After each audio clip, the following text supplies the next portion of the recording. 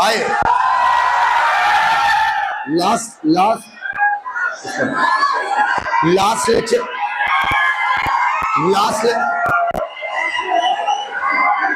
अब कुछ मत बोलना। लास्ट लेक्चर में हमारी आपकी बातें हो रही थी। अच्छा, दाढ़ी के लिए, ओके ओके ओके, आओ। लास्ट लेक्चर में हमने लिविंग बर्ड खत्म किया था, बहुत अच्छा पेपर डिस्कशन हुआ था, है ना। अब सभी लोग पेपर निकालिए। मैंने कहा था पेपर लेके आना है। देखो, मैं पहले ही बता दे रहा हूं, जो लोग पेपर नहीं दे रहे हैं, ठीक है, कल नहीं दिए हैं, लगभग कम से कम 200-300 बच्चा नहीं दिया था कल पेपर, ठीक है, उन लोगों को मैं बता रहा हूँ बहुत बड़ी गलती कर रहा है। और अब मैं हर पेपर डिस्कस करूंगा। देखो यार, अभी तक जो पेपर होता था वो मैं बना नहीं रहा था, क्योंकि मैं कोई बुक बना रहा हूँ, उसमें थोड़ा बिजी था, तो मैं पेपर बना नहीं रहा था। अब पेपर मैं ही बनाऊंगा, मैं ही डिस्कस करूंगा। क्लास के अंदर ही कल पूरे पेपर का डिस्कशन हुआ था या नहीं हुआ था? और हमने डिस्कशन में भी बहुत कुछ सीखा था नया, क्योंकि पेपर डिस्कशन बहुत इंपॉर्टेंट पार्ट होता है, बहुत इंपॉर्टेंट पार्ट। मेरी बात समझना, मैंने अपनी जिंदगी में सिर्फ एक चीज पर फोकस किया है। अपने 10 साल के टीचिंग करियर में मैंने 8 साल फोकस किया सिर्फ अच्छा पढ़ाने पे, कि मैं खतरनाक पढ़ाऊं, वो ज्यादा इंपॉर्टेंट है। मैं पिछले 2 साल से अपने अंदर एक बहुत बड़ा परिवर्तन किया कि अब सिर्फ मेरा सिखाने पे फोकस नहीं है, सिखाने के साथ साथ आपकी जो छोटी छोटी गलतियां हैं उसको निकाल के फेंकनी है, वरना 90 में 90 नहीं आएगा। अब एक स्टूडेंट आया था, 3 स्टूडेंट आए थे, एक का 90 में 90 था, एक का 90 में 89 था, एक का 90 में 85 था। R1 बैच के थे तीनों। तो जिसका 90 में 90 था ना, उसने मेरे को बहुत अच्छी बात बोली थी। उसने कहा था, सर बायोलॉजी एक ऐसा सब्जेक्ट है कि जिसमें 90 में 90 तभी आ सकता है जब आपकी स्पीड अच्छी हो। जो मैं बोलता हूँ ना, स्पीड में जाओ, स्पीड में जाओ, स्पीड में जाओ।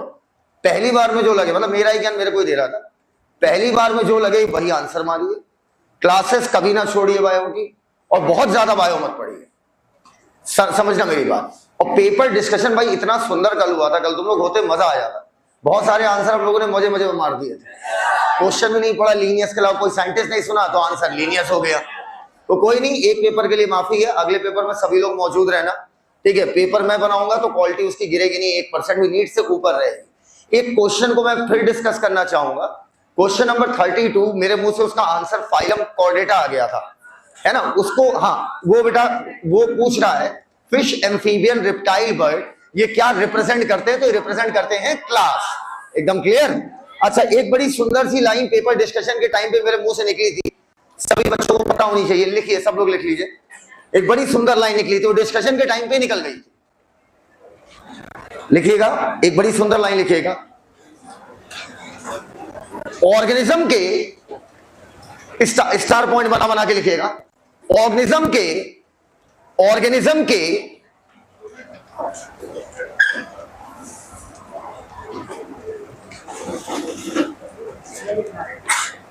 ऑर्गेनिज्म के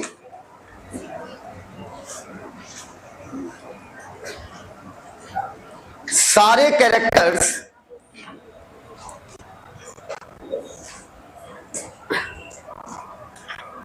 लिखना हिंदी में लिखना, लिखना हिंदी में लिखना, डैश कैरेक्टराइजेशन ऑब्लिक डिस्क्रिप्शन कहलाता है। कैरेक्टराइजेशन ऑब्लिक डिस्क्रिप्शन कहलाता है। कैरेक्टराइजेशन ऑब्लिक डिस्क्रिप्शन कहलाता है। ऑर्गेनिज्म के सारे कैरेक्टर को लिखना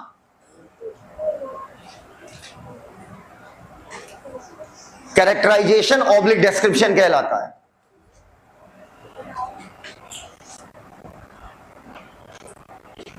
फुल स्टॉप। Next line.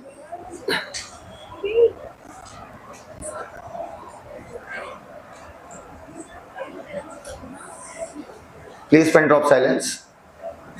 लिखिएगा, कैरेक्टर्स के आधार पर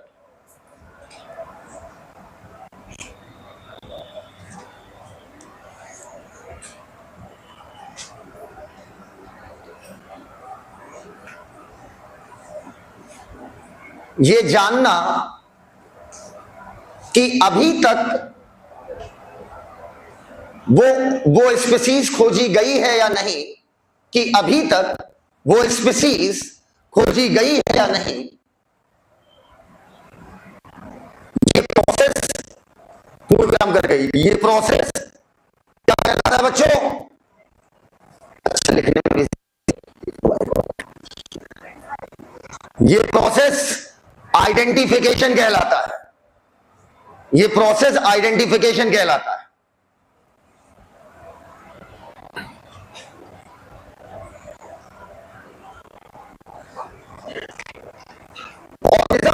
ऑर्गेनिज्म को उसके कैरेक्टर के आधार पर अलग अलग टैक्सोनॉमिक ग्रुप में रखना। ऑर्गेनिज्म को उसके कैरेक्टर के आधार पर अलग अलग टैक्सोनॉमिक ग्रुप में रखना, कॉमा, ऑर्गेनिज्म को उसके कैरेक्टर के आधार पर अलग अलग टैक्सोनॉमिक ग्रुप में रखना, कॉमा, ये प्रोसेस, ये सब प्रोसेस हैं, ये प्रोसेस क्लासिफिकेशन कहलाता है। ये प्रोसेस क्लासिफिकेशन कहलाता है।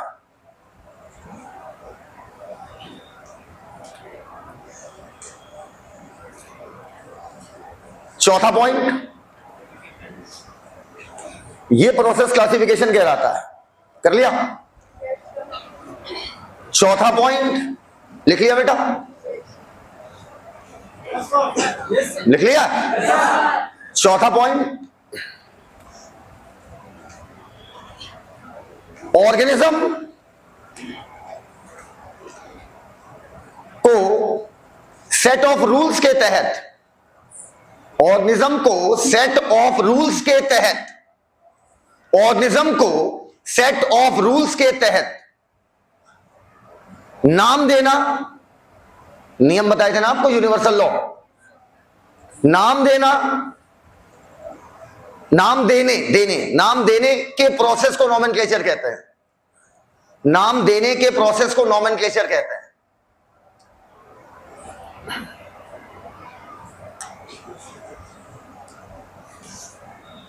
सबसे पहले characterization according to NCERT, then identification, then classification, then nomenclature, CICN।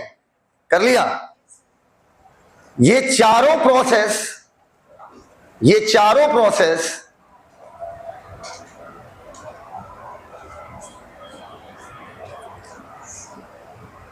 कर लिया, मिलकर टैक्सोनॉमी कहलाते हैं। मिलकर टैक्सोनॉमी कहलाते हैं।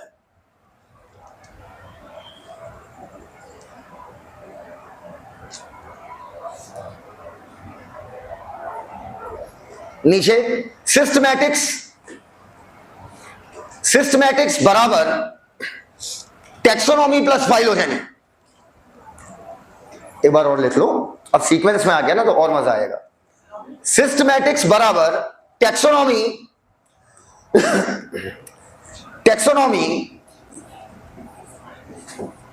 प्लस, पहली बार किसी चैप्टर की हेडिंग डाल रहा हूं ना, कभी हेडिंग नहीं डालता हूं। हेडिंग डाल के मुझे मजा नहीं आता पढ़ाने में। हाँ, मन था, टाइम पास नहीं हो रहा था, तुम लोग लिख रहे थे, तुम लोग को तो मजा आ रहा था अपना सुन के भकर भकर लिखने में, हम क्या करें बैठ के, है ना। टैक्सोनॉमी बराबर सिस्टमैटिक्स बराबर टैक्सोनॉमी प्लस फाइलोजेनी। कर लिया? तो बच्चों आज से आपको होमवर्क मिलना था, बताए तो। हाँ, सिस्टमैटिक्स क्या है? जब टैक्सोनॉमी के साथ आप फाइलोजेनेटिक रिलेशनशिप, इवोल्यूशनरी रिलेशनशिप भी निकालती है तो इसको बोलते हैं सिस्टमैटिक्स। क्लियर? आप अगर किसी सिस्टमैटिक अरेंजमेंट ऑफ ऑर्गेनिज्म, जब किसी ऑर्गेनिज्म को आप सिस्टमैटिक अरेंज कर रहे हो, अच्छा अगर कोई ऑर्गेनिज्म सेम ग्रुप में रखा गया है, इसका मतलब उनके लक्षण आपस में मिल रहे होंगे, उनके आपस में लक्षण मिल रहे होंगे, इसका मतलब कहीं ना कहीं दूर ही सही उनके एंसेस्टर क्या रहे होंगे, सेम। इसी को बोलते हैं फाइलोजेनेटिक रिलेशनशिप निकालना, इवोल्यूशनरी रिलेशनशिप निकालना। यहां तक क्लियर है भैया? पक्का? आप सुनते जाओ एकदम चुपचाप। पहला लेक्चर है बायोलॉजिकल क्लासिफिकेशन। मैंने आपको कहा था हम किसी चीज को क्लासिफाई क्यों करते हैं। अगर अब बेटा टॉपिक आप सिर्फ सुनना है, इस लेक्चर में सिर्फ सुनना है। हम क्लासिफिकेशन क्यों करते हैं? जब आप बिग बाजार जाते हो या किसी मॉल में जाते हो तो क्या वहां पर सारी चीज रैंडम इधर उधर पड़ी रहती है? कपड़ों वाला कॉर्नर अलग, खाने वाला कॉर्नर अलग, आइसक्रीम वाला कॉर्नर अलग, जूस वाला कॉर्नर, बोलो भैया, अंडरगारमेंट्स के कॉर्नर अलग, हर कॉर्नर कॉर्नर अलग कर दिया। अच्छा ये बताओ, अगर मुझे जीन्स खरीदनी है तो मैं आइसक्रीम वाले कॉर्नर पे जाऊंगा? Yes sir. इधर बेटा जीन्स खरीदनी है तो मैं उस कॉर्नर पे जाऊंगा जहां पर क्या मिल रही होगी? कपड़े मिल रहे होंगे, है ना। ये बताओ क्या क्लासिफिकेशन करके हमने जीन्स अलग, कपड़े अलग किए, आइसक्रीम अलग किया, अंडरगारमेंट्स अलग किए, और आपका और कोई नाम ले लो, यूटेंसिल अलग किए, मतलब चम्मच, बर्तन, प्लेट, चिम्मच, है ना। कॉस्मेटिक का कॉर्नर अलग कर दिया।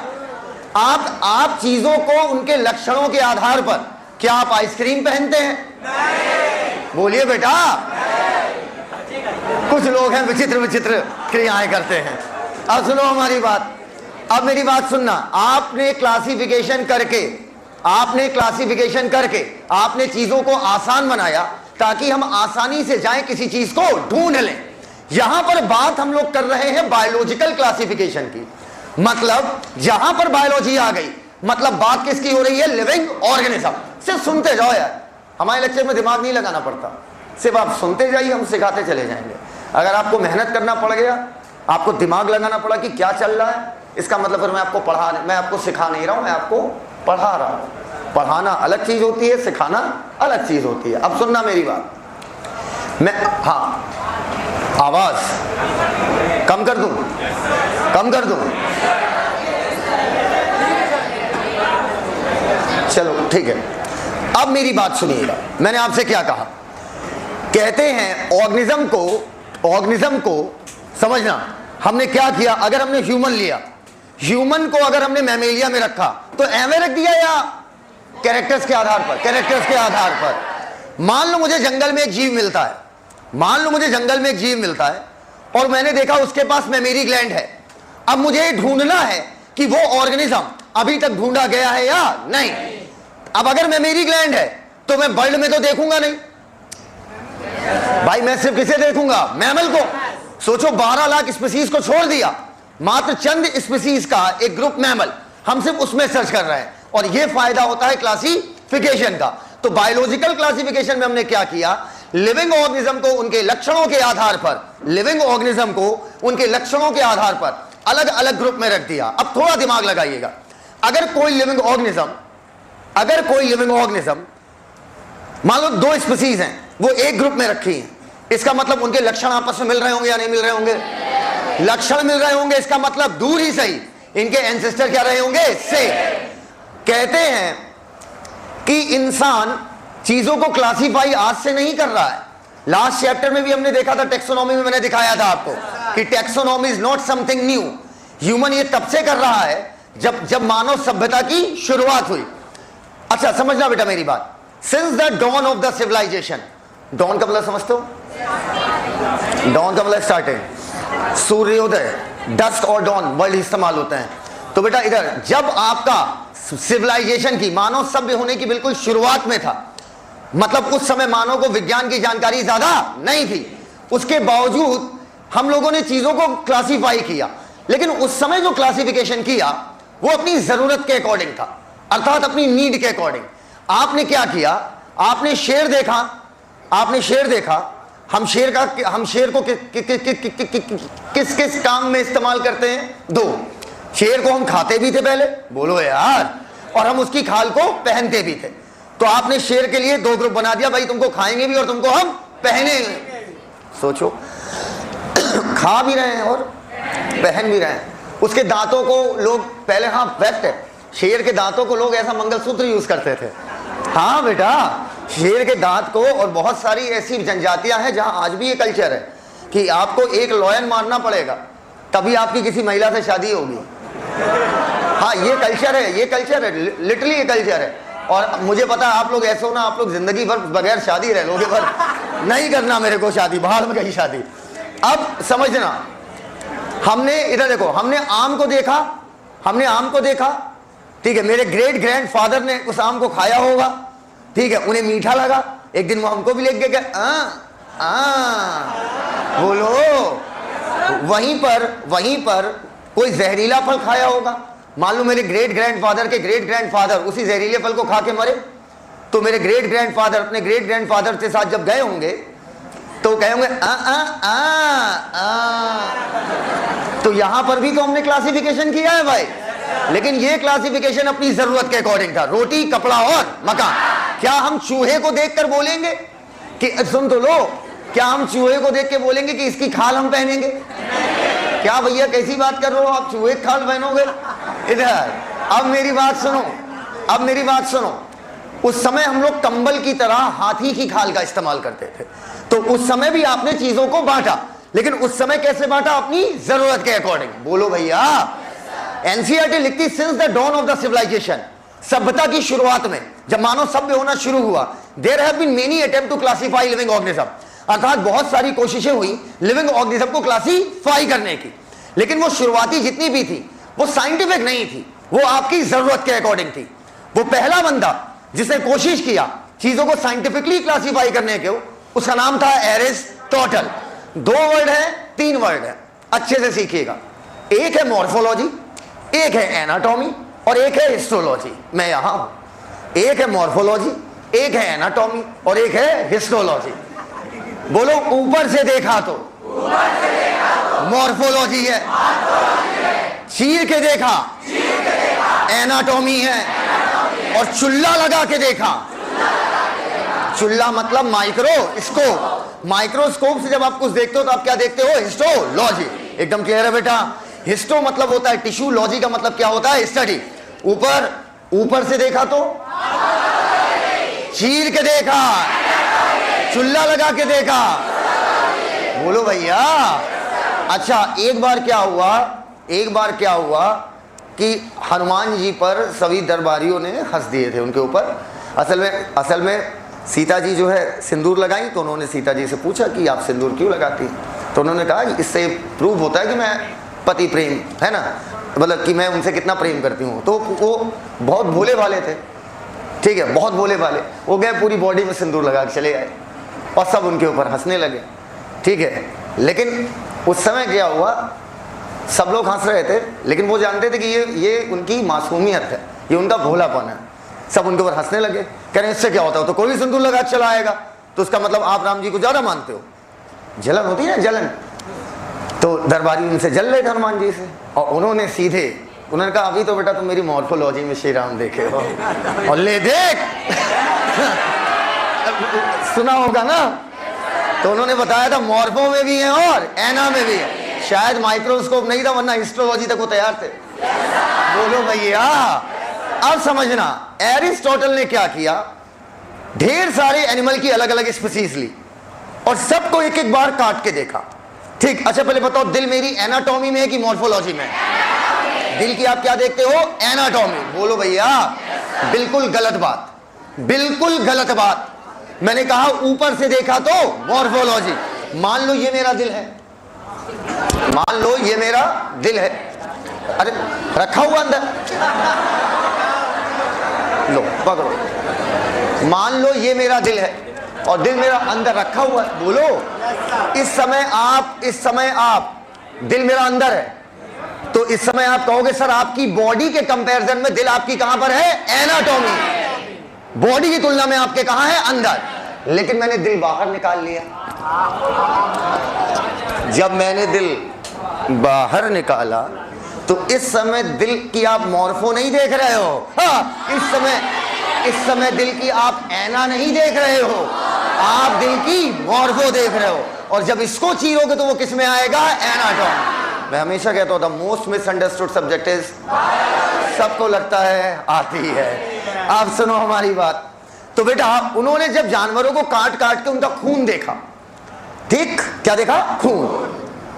उस समय ये सब नहीं चलता था कि फाइलम एनालिडा में कोई आइलम फाइलम नहीं था। मैं एरिस्टोटल की बात कर रहा हूं, फादर ऑफ बायोलॉजी की। चाहे फादर ऑफ बायोलॉजी बोलिए, चाहे फादर ऑफ जूलॉजी बोलिए, पर फादर ऑफ बॉटनी थे थियोफ्रास्टस। पूछेगा नहीं, टेंशन मत लो। तो एरिस्टोटल ने तो शुरुआत की है बायोलॉजिकल अध्ययन की। तो उस समय क्या तुम्हारा क्लासिफिकेशन वगैरह हुआ होगा क्या? फाइलम एनालिडा, सर्कुलेटरी सिस्टम, कुछ नहीं।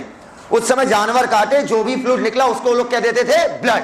समझना मेरी बात। तुम जिसे आज ब्लड मानते हो वो अलग है, और जिसे ये लोग ब्लड मानते थे वो अलग है। ये कहते थे जानवर काटा, जो कुछ निकला वो क्या, जो कुछ फ्लूइड निकला उसे वो क्या कह देते थे, ब्लड। तो उन्होंने देखा कुछ जानवरों का खून लाल है और कुछ जानवरों का खून लाल नहीं है। अब लाल नहीं है, लाल के अलावा चाहे जिस रंग का हो हमें मतलब नहीं, चाहे पीला हो चाहे कलरलेस हो, आई डोंट केयर। तो उन्होंने कहा हम जानवरों को, एनिमल्स को हम दो पार्ट में डिवाइड करते हैं, ठीक। एक को बोला इनाइमा, इनाइमा मतलब जिनका ब्लड कैसा था, लाल। और एक को बोला एनाइमा, पक्का एनीमिया वर्ड सुना है, एनीमिया खून की कमी, और जिनका खून लाल नहीं था उनको क्या बोला, एनाइमा। अब ये बताओ इन्होंने अगर जानवर काट के देखा तो मॉर्फो देखा कि एना, मॉर्फो। ब्लड देखा है, मैं ये कहा था, उन्होंने काट के कोई अंग नहीं देखा, उन्होंने काट के बाहर निकाल के क्या देखा, ब्लड। तो देख तो वो ब्लड की क्या रहे हैं, मॉर्फो। भाई मैं मानता हूं ब्लड मेरी एना में, अबे जब तक आप अंदर हो तब तक आप एना में हो, और जब मैंने बाहर निकाल दिया तब मैं उसकी क्या देख रहा हूं, morpho. Is this clear to each and everyone? Clear हो तो यहां बोलना बेटा, आओ। हाँ, कोई ऐसे क्या नहीं क्लियर? क्लियर है?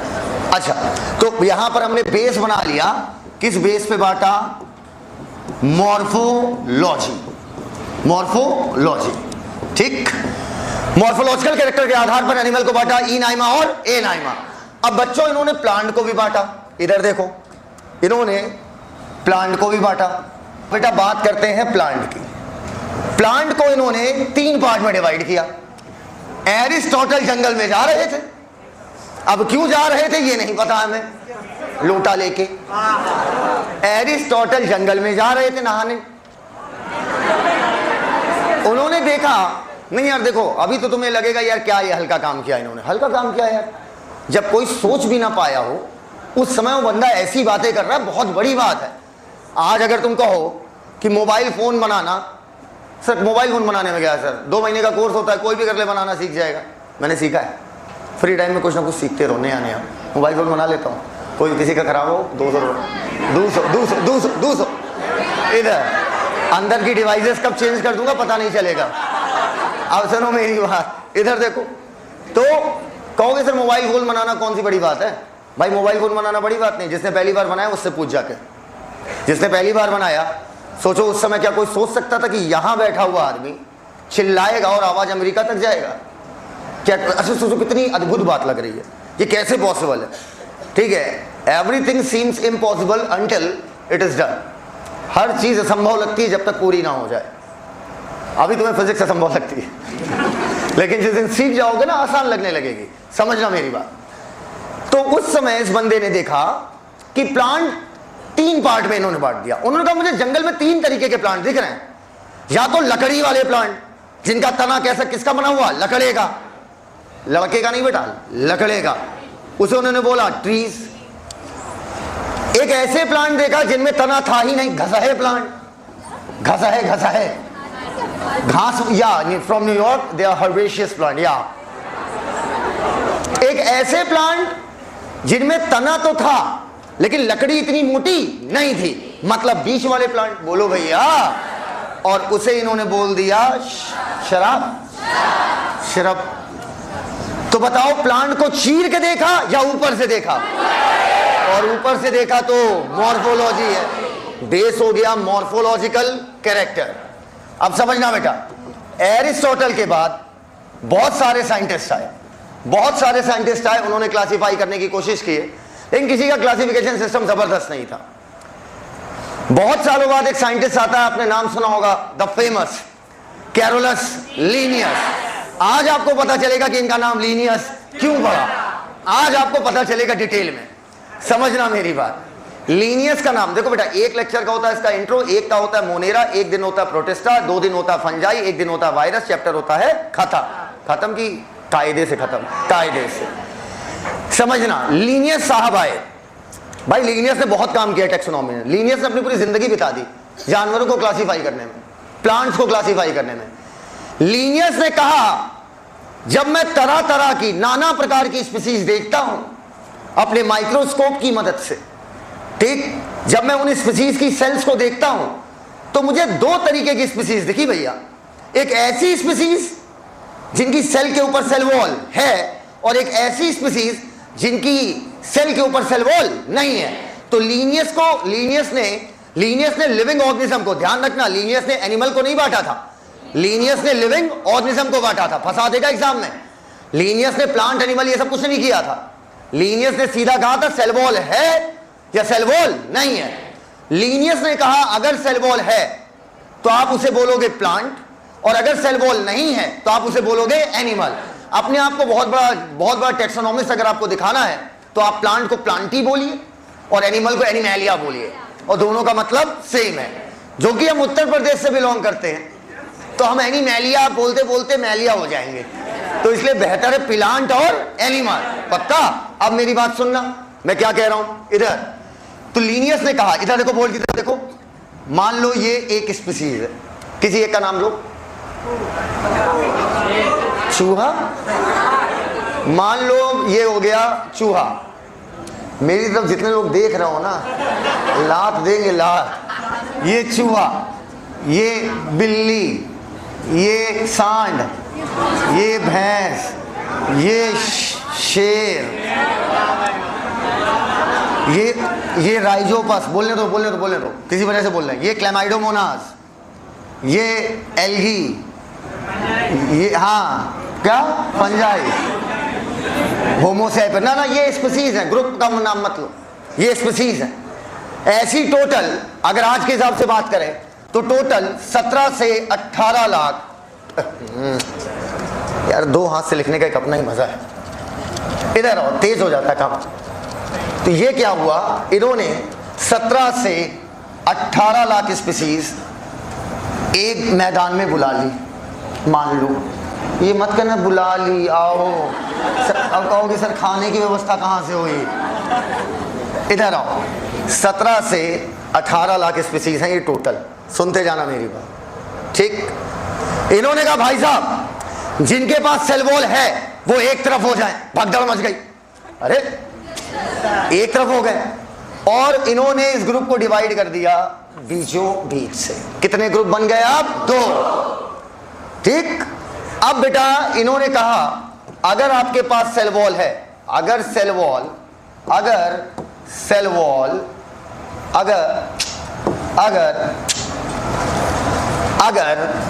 वॉल प्रेजेंट है तो आप उसे बोलेंगे प्लांट, और अगर सेल वॉल प्रेजेंट नहीं है तो आप उसे बोलेंगे एनिमल।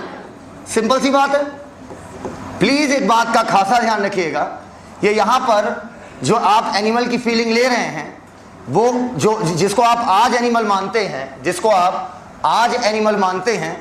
जिस जिस ग्रुप को आज आप एनिमल बोलते हैं, जिसमें आप 12 लाख स्पीसीज पढ़ते हो, ये वो एनिमल ग्रुप नहीं है।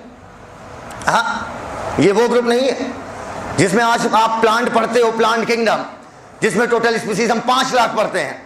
ये वो प्लांट किंगडम नहीं है भैया। वक्त के साथ अलग अलग वैज्ञानिक आते गए, इन्होंने on the basis of presence और एब्सेंस ऑफ सेल वॉल लिया।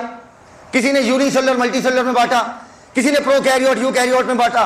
तो बेटा ये आज वाला एनिमल मत समझ लेना, ये ग्रुप थोड़ा अलग है, विचित्र है। तुम बस इतना जानो सेल वॉल है तो प्लांट, और नहीं है तो एनिमल। बोलो भैया। अब सुनो मेरी बात, आपको पता है कि बैक्टीरिया के पास सेल वॉल है? पता है या नहीं पता है? नहीं पता है तो आज सीख लीजिए कि बैक्टीरिया के पास सेल वॉल होती है। तो भैया बैक्टीरिया किधर रखेंगे, प्लांट या एनिमल? बोलते ही नहीं हो यार। मैंने बैक्टीरिया को उठा के रख दिया प्लांट में। अच्छा, ये तो हम सबको पता है कि आज जो है, ऊपर सुनो मेरी बात सुनो, आज जो है मौजूदा समय जितने भी प्लांट किंगडम के मेंबर हैं, या बोलो यार, तो आज के प्लांट किंगडम में क्या क्या पढ़ते हैं हम लोग? एल्गी, सब सीखेंगे हम लोग, ब्रायो, बोलिए बोलिए बोलिए बोलिए बोलिए, कैरिडो और एंजियो। पक्का? ये सब उस समय लीनियस ने किस में रख दिया था? प्लांट में। बैक्टीरिया भी प्लांट में रखे गए थे, समझना बात को। अब क्या हुआ, आपके अनुसार फंजाई किधर रखा जाएगा? बोलते ही नहीं हो यार। फंजाई रखा गया प्लांट। अच्छा, आपने कभी क्लेमाइडोमोनास का नाम सुना है? क्लोरेला का नाम सुना है? बेटा ये आपके एल्गी होते हैं, तो इन्हें आप प्लांट में रखेंगे कि एनिमल? बोलो भैया, प्लांट में पक्का। हम लोग किस में रखे गए होंगे?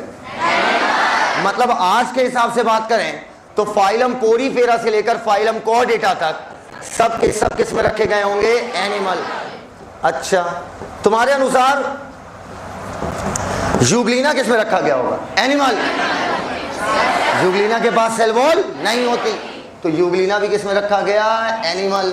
सुनते जाना मेरी बात, बड़ी सुंदर बात करूंगा आज तुमसे मैं। आओ इधर, लीनियस का क्लासिफिकेशन 100 साल तक कोई नहीं बोला लीनियस के सामने। लगभग 100 साल तक लोग चुप रहे, इसलिए एनसीईआरटी कहती है काफी लंबे समय तक लीनियस के क्लासिफिकेशन को लोग सही मानते थे, और माने भी क्यों ना यार। लीनियस अपने आप में एक एक्स्ट्राऑर्डिनरी पर्सन था, जीनियस नहीं कहूंगा पर एक्स्ट्राऑर्डिनरी जरूर थे, और इतने एक्स्ट्राऑर्डिनरी थे कि अपनी पूरी लाइफ में सिर्फ अपनी रिसर्च पेपर ही पब्लिश करते थे, और ओनली सिर्फ क्लासिफिकेशन, नोमेनक्लेचर, ओवरऑल टेक्सोनॉमी में घूमते रहे। That's why father of taxonomy कैसे बोलते हैं हम? लीनियस। पक्का? अब सुनते जाना। अब 100 साल के बाद एनसीईआरटी लिखती लंबे समय तक इनके क्लासिफिकेशन सिस्टम पर कोई आंच नहीं आई।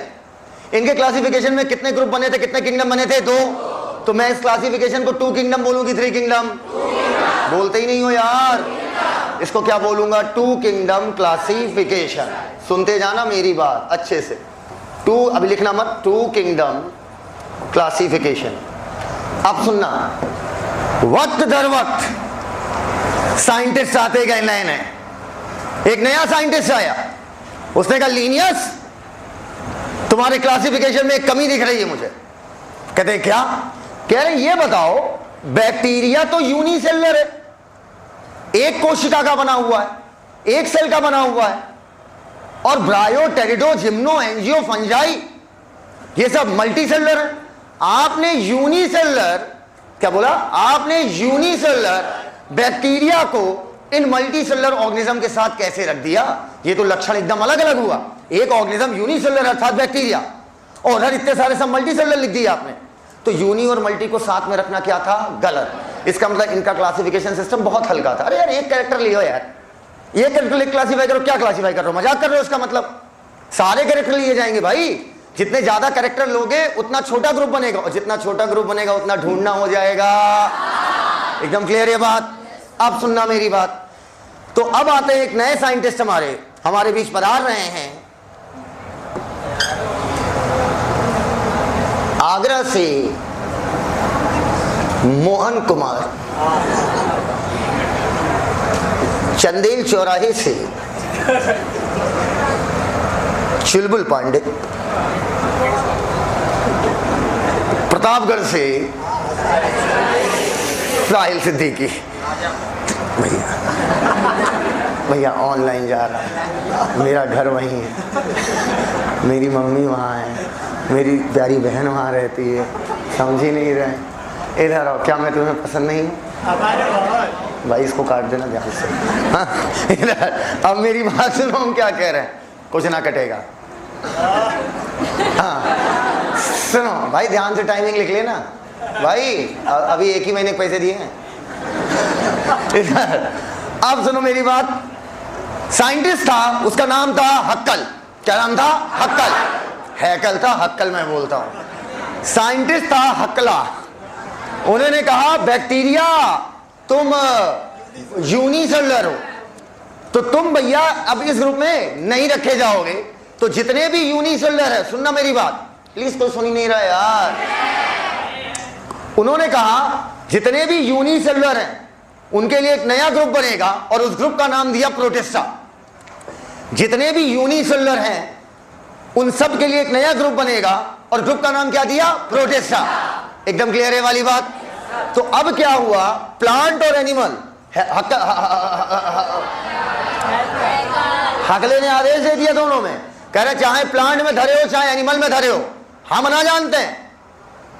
ठीक है, अच्छा अमीबा किधर होगा? एनिमल। अमीबा के पास सेल वॉल नहीं है। मैं तुम्हें एक दिन जब ये चैप्टर खत्म होगा मैं एक तरीके से सिखा दूंगा, सब तुम्हें एक बार में याद हो जाएगा किसके पास सेल वॉल है और किसके पास नहीं है। बस अभी सुन लो थोड़ी बात।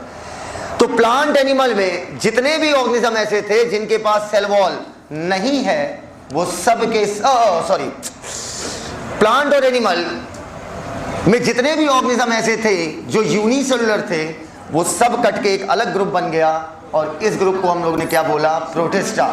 एकदम क्लियर? एक नया ग्रुप आ चुका है प्रोटिस्टा। जो कभी प्लांट और एनिमल के मेंबर बने बैठे थे, आज अपना एक नया ग्रुप बनाए बैठे हैं। अरे भैया, जो कभी प्लांट एनिमल में मेंबर हुआ करते थे, यूनिसेलुलर होने की वजह से हैकल ने इन्हें क्या किया? इन्होंने अलग ग्रुप बना दिया। उस ग्रुप का नाम क्या रख दिया? Protista. And this classification is 3 kingdom classification. Clear हो तो यहां बोलना। अच्छा, अब आगे आ जाओ, आगे आ जाओ, आगे। अब क्या हुआ? फिर वापस आओ। कहां गए? कहां गए? हाँ, अब पहले सेल वॉल वाला फीचर हटाओ। अब तो 3 किंगडम में ये हो गया ना कि सेल वॉल भी होनी चाहिए। नहीं, सुनो तो, प्लांट में कब रखोगे? According to 3 kingdom classification cell wall भी हो और मल्टी सेलुलर भी हो। तो मैं लिखूंगा cell wall present with multicellular body, और यही एनिमल में हो जाएगा सेल वॉल एब्सेंट विद, इसका मतलब क्या होता है? With multicellular body.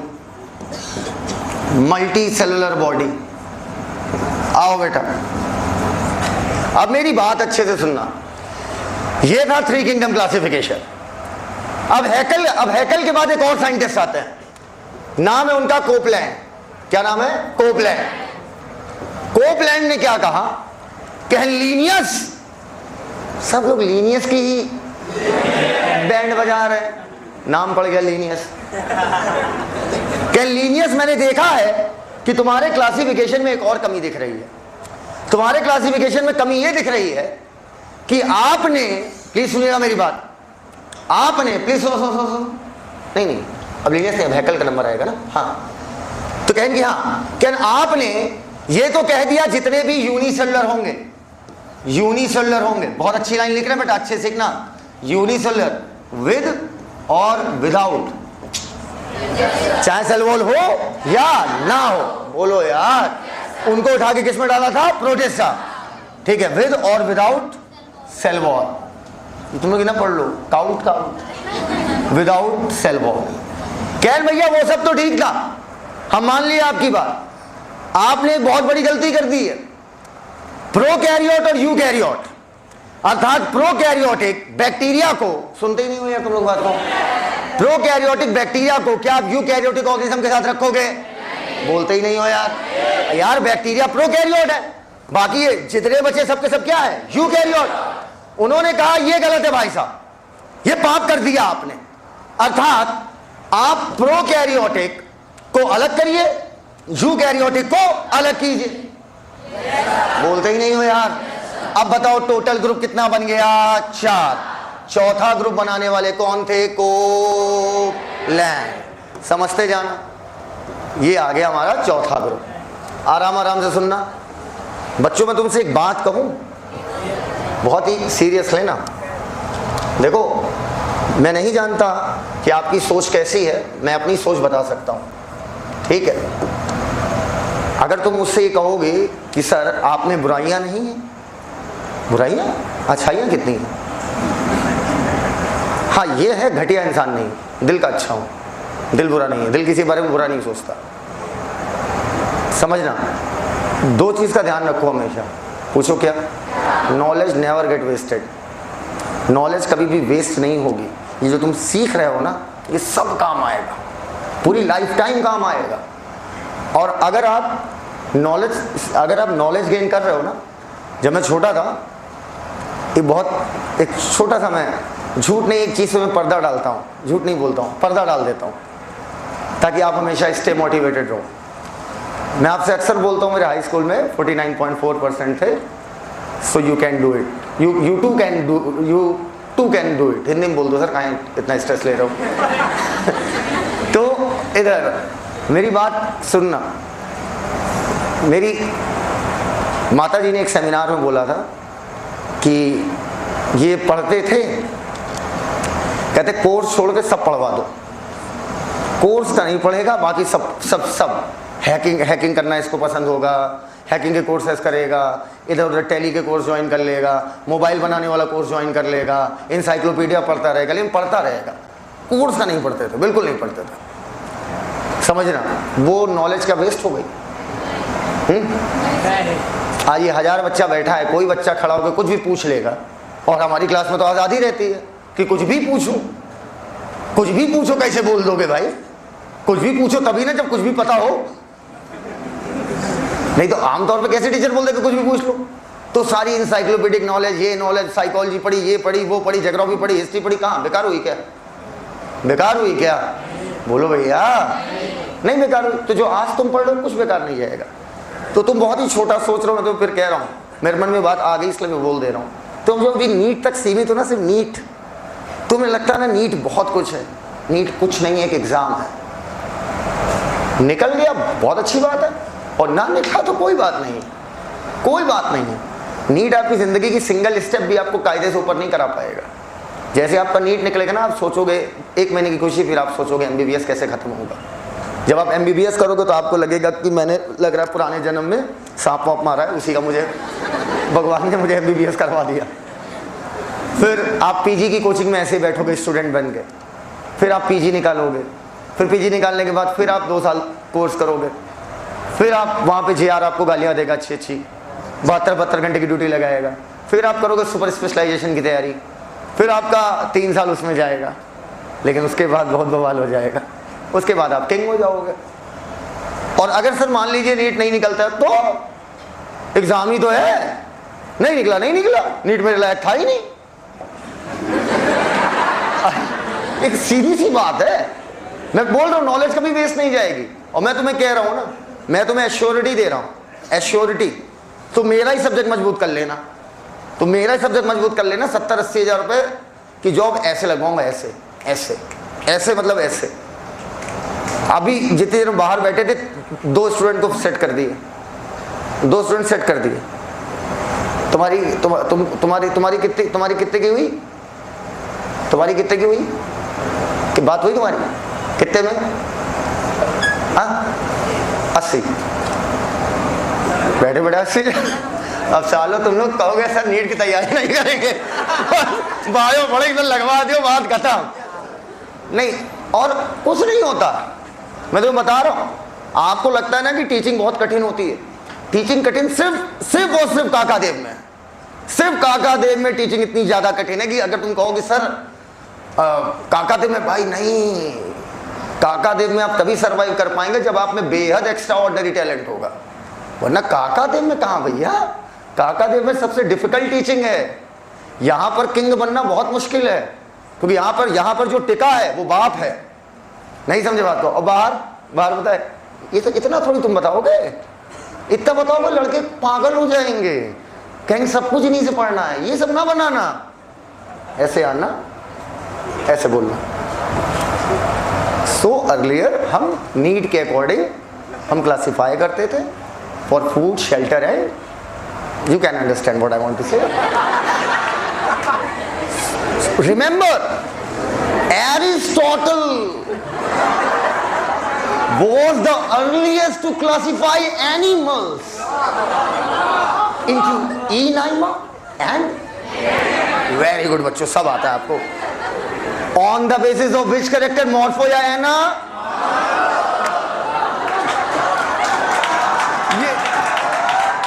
और मैं बोल रहा हूं, तुम महाराष्ट्र और सीकर चले जाओ ना, महाराष्ट्र और सीकर 2 जगह, 2.5-2.5 लाख फीस है, 2.5 लाख 1.5 लाख फीस। वहां चले जाओ, उड़ीसा चले जाओ, तमिलनाडु चले जाओ, भाई ऐसी बायो पढ़ाई जाती है ना, सब मन करता है बस तुम्हें मिल जाओ किसी दिन। प्लांट, डिवाइडेड, ट्री, शब्द, ओके। मॉर्फो या एना हमारा 1% वहां पढ़ाना बस। ये घमंड नहीं है, सब कुछ खुदा का दिया हुआ, मेरा कुछ नहीं है, ये घमंड नहीं है। लेकिन अगर हमारा 1% पढ़ा दोगे ना, 1%, कुछ मत करना, हमारी कॉपी मार के चले आना। आइए बातें शुरू करते हैं, आवाज थोड़ी भारी कर लेना। नहीं समझे बात को? सामने देखो, और सबसे लास्ट वाला बच्चा देख के पढ़ाओ, तो पूरी क्लास ग्रिप में रहेगी। अगर आगे देख के पढ़ाओगे तो पीछे वाले ग्रिप से चले जाएंगे। सबसे लास्ट बच्चा देख के पढ़ाते रहो, उसको तड़े रहो। तो वहां से निगाह ऐसे तुरंत आ जाएगी, लेकिन ऐसे देर से जाएगी। तो ये सब छोटी छोटी टेक्निक मैं सिखा दूंगा, ठीक है, ये सारी टेक्निक। और इसीलिए कह रहे हैं बिल्कुल भी परेशान नहीं होना। अगर भगवान ना करे नीट नहीं हुआ, वैसे होगा साला, होगा क्यों नहीं यार, मेहनत करेंगे होगा। अगर नहीं होता है, यद्यपि नहीं होता है, तो तुम्हारा भाई मरा नहीं है। समझ गए बात को? मैंने जिंदगी में सिर्फ संबंधी कमाए हैं, और मैक्सिमम केसेस में तुम्हारा इंटरव्यू तक नहीं होगा। ये भी हम बोल दे रहे हैं, इसको काट देना भाई, ये वाली लाइन। हाँ, इंटरव्यू नहीं होगा, पेपर में तुम्हें पहले ही दे दूंगा कि देख भाई ये पेपर है, ये मैंने आंसर लगाए हैं, या तू मेरे बगल बैठे रहना, मैं पेपर दे दूंगा तुम्हारा। मैं इशारा करता जाऊंगा सेकंड थर्ड, तुम लगाते रहना। और एक बार अंदर पहुंच गए ना तो बाहर कभी नहीं आओगे। अगर 80,000 से गए हो तब 80 से बढ़ते जाओगे, 80 से नीचे कभी नहीं आओगे। समझ पाए हमारी बात? और 80,000 ठीक है यार, चलेगा चलेगा। और मज़ा मैंने भी लिया, मैंने भी मज़ा लिया। एक ऐसे इंटरव्यू देखे, मैंने कहा सर आपकी प्रोफाइल देखते हुए हम फर्जी प्रोफाइल भेजे उसको। हमने कहा मज़ा ले रहे थे, मैडम थी, कहते सर आपकी प्रोफाइल, तो हमने दिखाया कि टीचिंग एक्सपीरियंस 1 ईयर और ये सब दिखाया। हाँ 1 ईयर 12th पास ये वो, ठीक है। कहते सर आपकी प्रोफाइल देखते हुए तो sir we can offer you 80,000। Ma'am seriously 80,000 complete? इतना तो आशीष सर को हम रोज पी जाएं। सुनो हम क्या कह रहे हैं, सुनो पहले बताओ, समझ गए ना मेरी बात? तो नॉलेज गेन करना है क्लास में, क्या करना है? नॉलेज गेन करना है। जॉब इंतजार कर रही है, सिर्फ जुगाड़ चाहिए होता है, और ये इंडिया है, यहाँ बगैर जुगाड़ कुछ होता ही नहीं साला। इधर आओ, यहाँ तक बातें सबको क्लियर हो गई है? पक्का? अब सुनना, पूछो क्या?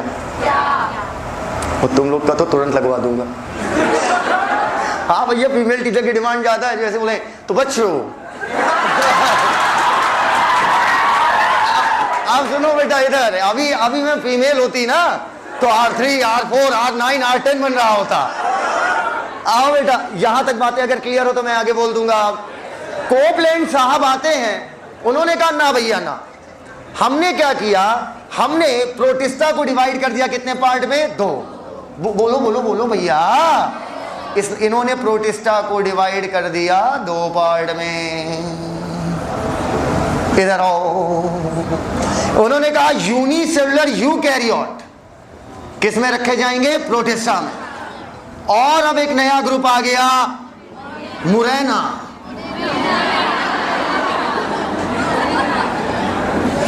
मोनेरा। इधर बहन इसे पढ़ दो जरा, मोनरा। श्योर, यूनिसेलुलर यूकैरियोट्स हो गया।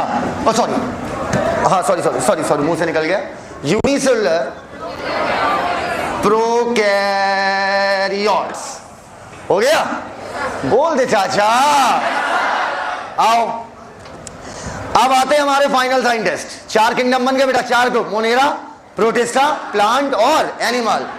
ये है, ये दिया है कोपलैंड। किसने दिया है? कोपलैंड। आओ इधर सुनो, अब आते हैं हमारे आखिरी scientist with 5 kingdom classification, R.H. Whittaker. 1969 में एक बंदा आता है R.H. विटेकर। उसने कहा नहीं यार मजा नहीं आया। विटेकर ने कहा नहीं भाई मजा नहीं आया, और अच्छा चाहिए। इधर आओ, हर साइंटिस्ट को लग रहा मेरी आत्मा थी। अब सुनो, उन्होंने प्लांट देखा, कहते हैं जितने प्लांट में रखे गए हैं, सुनना कमेंट्री, जितने प्लांट में रखे गए हैं उन सब के पास सेल वॉल तो है, लेकिन किसी के पास सेल वॉल काइटिन की है और किसी के पास सेल वॉल सेलुलोज की है। काइटिन और सेलुलोज मटेरियल है। क्या है? मटेरियल। तो बेटा इधर पॉलीसैकेराइड है, कार्बोहाइड्रेट। तो उन्होंने अब क्या किया, प्लांट वाले ग्रुप को कितने में डिवाइड कर दिया? 2। आ जाओ मुन्ना, आ जाओ। प्लांट वाले ग्रुप को डिवाइड कर दिया, प्लांट वाले ग्रुप को डिवाइड कर दिया 2 पार्ट में। ये सब ड्रॉ कर लिया ना? पता है मुझे, PDF आ जाएगा। ये नहीं, बदतमीजी नहीं, बनाना पड़ेगा क्लास में।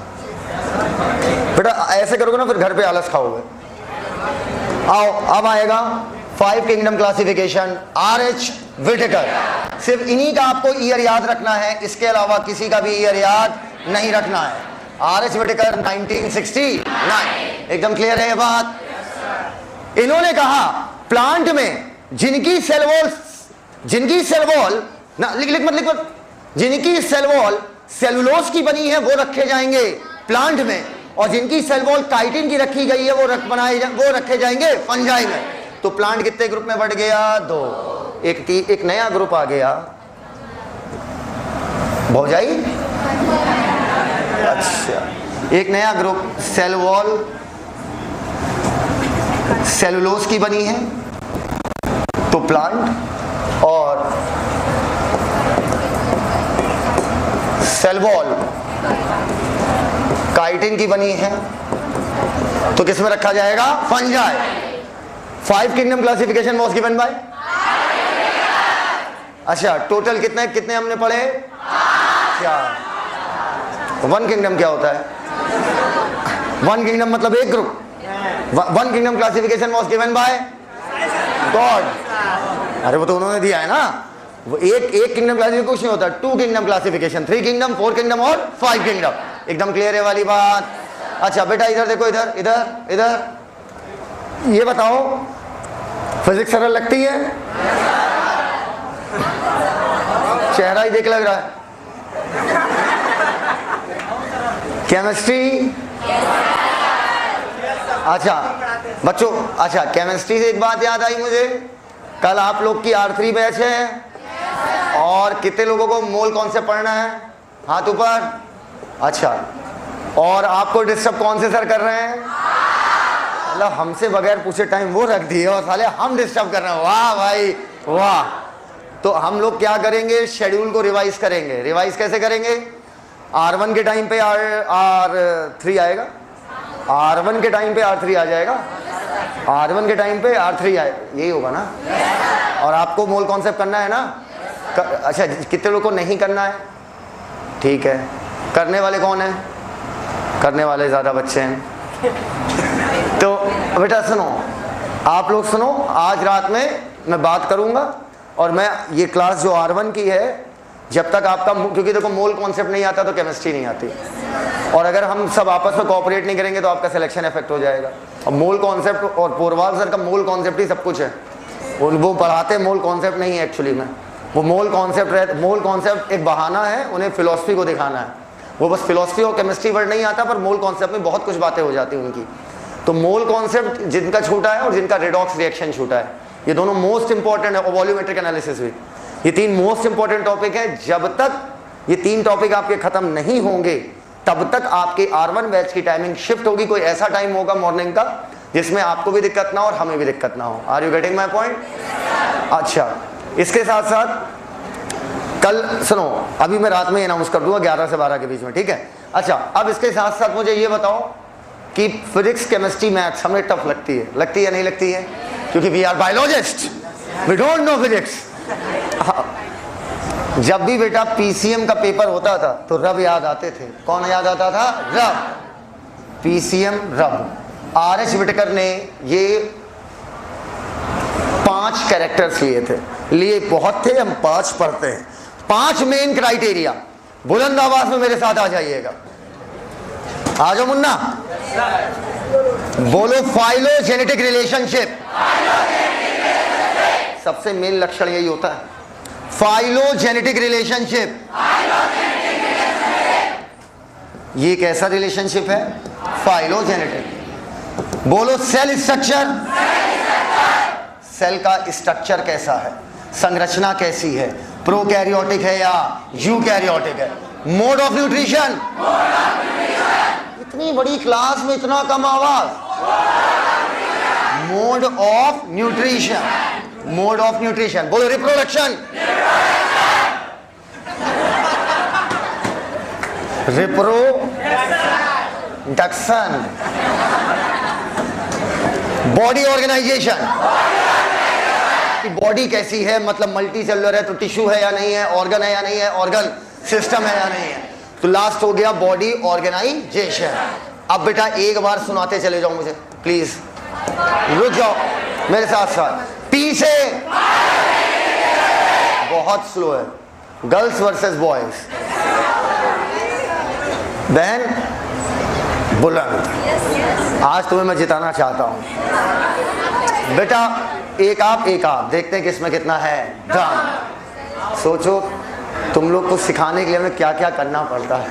तुम लोग का दिमाग घुमा के तुम्हें चिल्लवाने के लिए, क्योंकि रटना है भाई, कुछ चीज़ें रटी जाती हैं। मुझे कंपटीशन, तुम कंपटीशन के भाव से लगोगे कि बस तेज बोलना है, उसे तुम्हें याद करा देंगे। ये सब टेक्निक होती है, सीख लो मुन्ना, काम आएगी।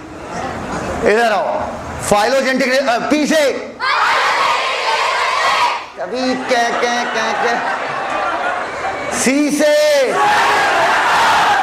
वाह क्या बात। एम से, अब हमें समझ में आ गया ये लोग क्या है, क्या। आर से, वाह शेर, वाह क्या बात। बी से,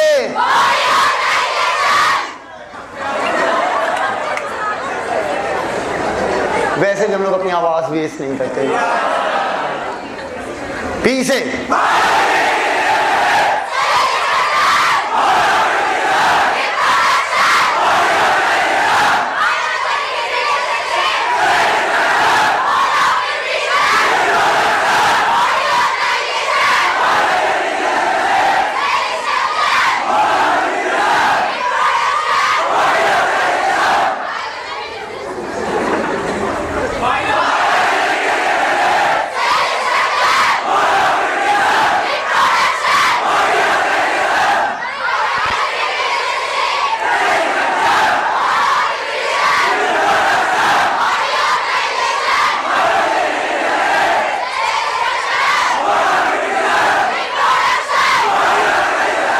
अब देखना है कौन तेज, कौन जल्दी जवाब देगा। एक आपसे, एक आपसे। जैसे कक्षा 6 के बच्चों को नहीं पढ़ाते हैं, लॉलीपॉप बेटा लॉलीपॉप खा लो।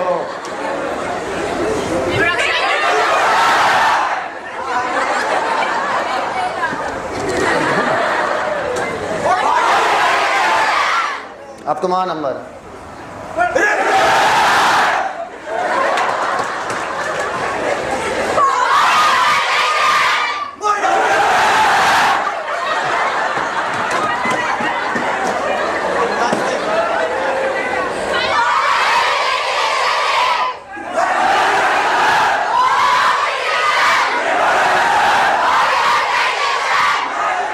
रुक जाओ बेटा, रुक जाओ, आइए तो स्कैन कीजिए, छापिए।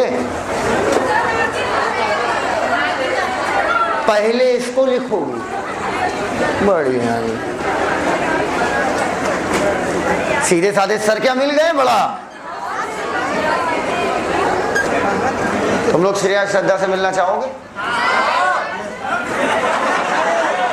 मिलना चाहोगे? बुला लो। Don't insult champions, you are not a champion दोस्त, अभी तुम बन रहे हो और दे आर चैंपियंस। सीरियस हो गए तुम तो यार, इसने बात तो सही बोली। अद्धा अद्धा क्या क्या? फाइलोजेनेटिक रिलेशनशिप का मतलब होता है इवोल्यूशनरी रिलेशनशिप। अद्धा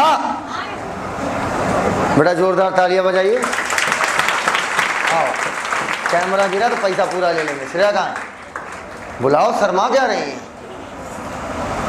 ये इसी बैच में पढ़ती थी, शायद आप लोग पहचान रहे हो। अरे ये बहुत गुस्सैल है। अरे सर आप अपना बदनाम करेंगे। लो, कौन सा कॉलेज मिला बताओ? अभी कहाँ मिला है? अभी कहाँ मिला है? लो तुम्हें जो बात करनी करो, क्या करूं? कुछ बताओ, टिप्स दो। नेता बन गई हो क्या? आप कुछ जो पूछे तो बता देती हूँ। तुम बात कर ली, बायो पे, फिजिक्स पे, पिन ड्रॉप साइलेंस। बेटा बात करो बेटा, जल्दी करो, आगे करो। हाँ आप बोलो।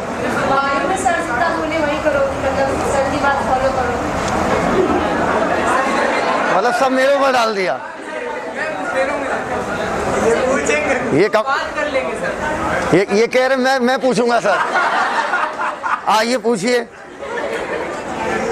अच्छा पूछो, क्या पूछो, बताओ बायो कैसे पढ़ी, क्या पढ़ी बताओ, शर्मा क्या रही बताओ, एक ताली बजा के हौसला भर दो जरा।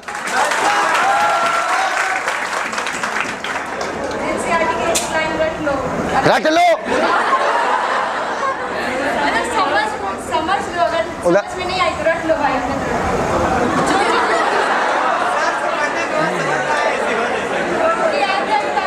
चलो बताओ बताओ। मतलब मेरा रटने का मतलब ऐसे है कि आपको बायो ऐसे रटना है कि आपकी टिप पे हो, मतलब कहीं कहाँ भी जा रहे हो, कुछ भी हो तुरंत आपके मुंह से आंसर निकलना चाहिए, ऐसी बात।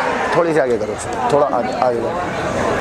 मतलब रटने का मतलब ये है कि मतलब कहीं भी आप जाए, आपसे कोई भी क्वेश्चन पूछे, आप तुरंत मतलब टिप पे आंसर होना चाहिए, मतलब सोचना ना पड़े कि अच्छा ये वहाँ से वहाँ, मतलब तुरंत आंसर। मतलब टीचर तोप की गोली हो न बंदूक की गोली हो, और आप तोप की गोली दें, बस यही बात। और कुछ मेरी तारीफ।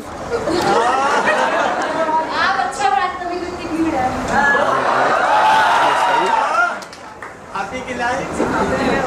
बात करो कुछ। पूछना हो तो पूछना, क्या ही बोलो। अभी भी तुम फिजिक्स बताओ।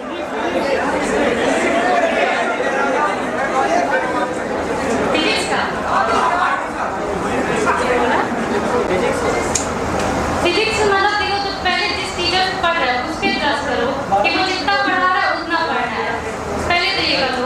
उसके बाद जितना क्वेश्चन करा रहा है वो करो, और फॉर्मूले लिख के रिवाइज करो। मतलब नीट में क्या होता है, मेरे पास टाइम बहुत कम होता है फिजिक्स में, मतलब इतना टाइम नहीं मिलता कि हम ड्राइव करें फॉर्मूले, या तो मतलब छोटा छोटा सोच लेते ना कि ऐसे जाके ऐसे निकाल लेंगे, ये मत सोचो। आपको फॉर्मूले लिख के फिर प्रैक्टिस करनी है, मतलब फिंगर पे लानी, क्योंकि मैक्सिमम क्वेश्चन तो ऐसे ही होते हैं कि जो फॉर्मूले से डायरेक्ट हो जाते हैं। तो फिजिक्स का तो ये बोलूँगी, पहले जिस टीचर से पढ़ रहे हो उस पर ट्रस्ट करो, वो जितना करने को बोल रहा है वो करो, और कोशिश करो कि वही बार बार कर लो, क्योंकि बहुत ज़्यादा लेवल तो रहता नहीं फिजिक्स का में। जब पढ़ते हैं तो लगता है कि नहीं बहुत है, लेकिन जब करना चाहोगे तो जो टीचर का आप करोगे तो पेपर में लिखेगा हाँ मेरे टीचर इतना करना है, मुझे लगता है कितना बहुत है। कुछ हमारे लिए दो शब्द, हमारी तारीफ। ये तुम्हारा समझ नहीं आ रही सेकंड अटेम्प्ट था,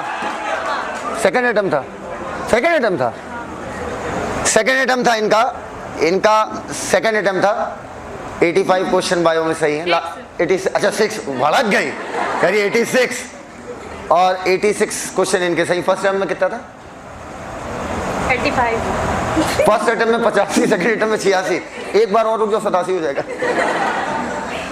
और दोनों साल किससे पढ़ी?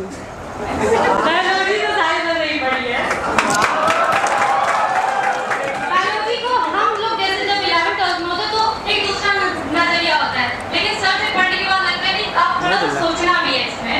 पहले था जब टीचर पढ़ाते थे 11th में, तो लगता था कुछ कॉन्सेप्ट है कि बस रट लो।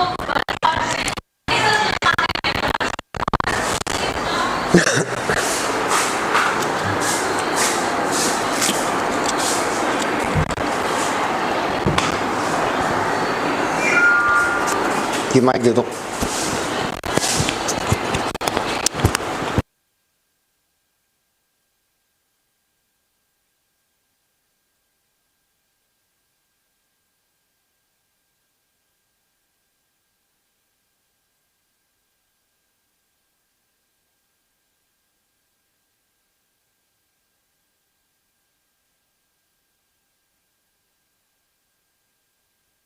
आप जा रहे हो अपने हॉस्टल में या तो जहाँ भी रह रहे हैं, तो रास्ते में आप एक बार माइंड में उसको कर लो कि इसके बाद ये पढ़ाया, इतनी बड़ी बातें हुई। अब ऐसे भी ज्यादातर लोग अपने दोस्तों के साथ जाते हैं, तो आपस में थोड़ा सा शेयर कर लो कि ये बताइए, तुम कुछ गलत करोगे तो वो सही कर देगा, इससे दोनों का फायदा हो जाएगा। ये मतलब इसके बारे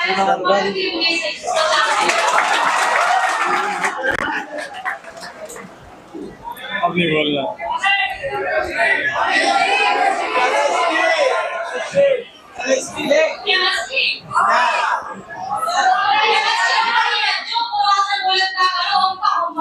जो वो देते जाए वो करते जाओ, बस हो गया बस आगे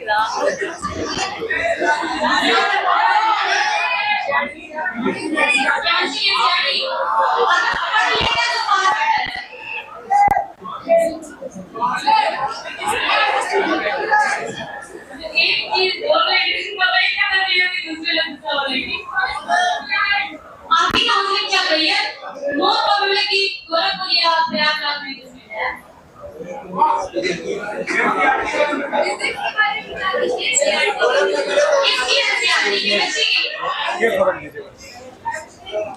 केमिस्ट्री तो थोड़ा सा एनसीईआरटी खुद पढ़ा है नहीं तो अगर देखो जितना वो करवा है तो मोर सफिशिएंट रहता है लेकिन अगर थोड़ा टाइम मिल रहा है क्या नाम है? अगर मतलब जितना करवा है तो मोर सफिशिएंट है लेकिन अगर आपको लग रहा है टाइम भी है तो रीडिंग कर उसके भी पेपर को एनसीईआरटी के लाइन से कुछ आ जाते हैं ना तो लैंग्वेज करना पड़ जाता है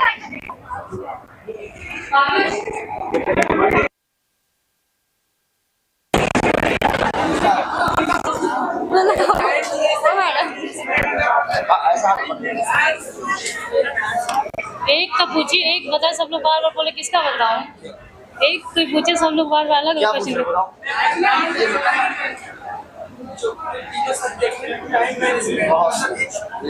टाइम मैनेजमेंट एक दिन में तो किसी का नहीं होता कि एक दिन में आप तीनों मैनेज कर लो जैसे ही आपको बैलेंस करके चलना पड़ेगा जो सर बताते हैं कि बैलेंस करके चलना है एक दिन में तो तीनों बहुत मुश्किल क्योंकि इतने लॉन्ग टाइम की हम लोग की क्लास हो जाती है कि पीठ में वैसे जवाब दे देती है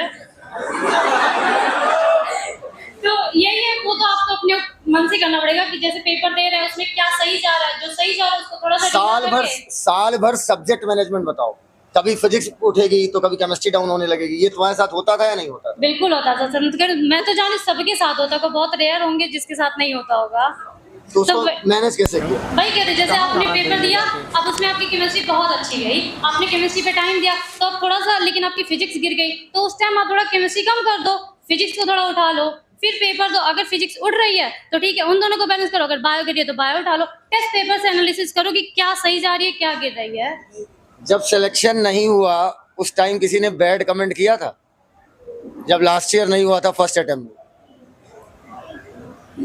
इमोशनल ना हो बता दो ये ना पड़ोसी है जैसे कि नॉर्मल है सबका बोल देते हैं हम लोग यहाँ तो कुछ ज्यादा पता नहीं पढ़ने गई है कि कुछ और ही करने गई है ये सुनने को मिलता था फिलहाल इस बार तो ऐसा कुछ नहीं सुनने को मिला आप बता रहे रिवीजन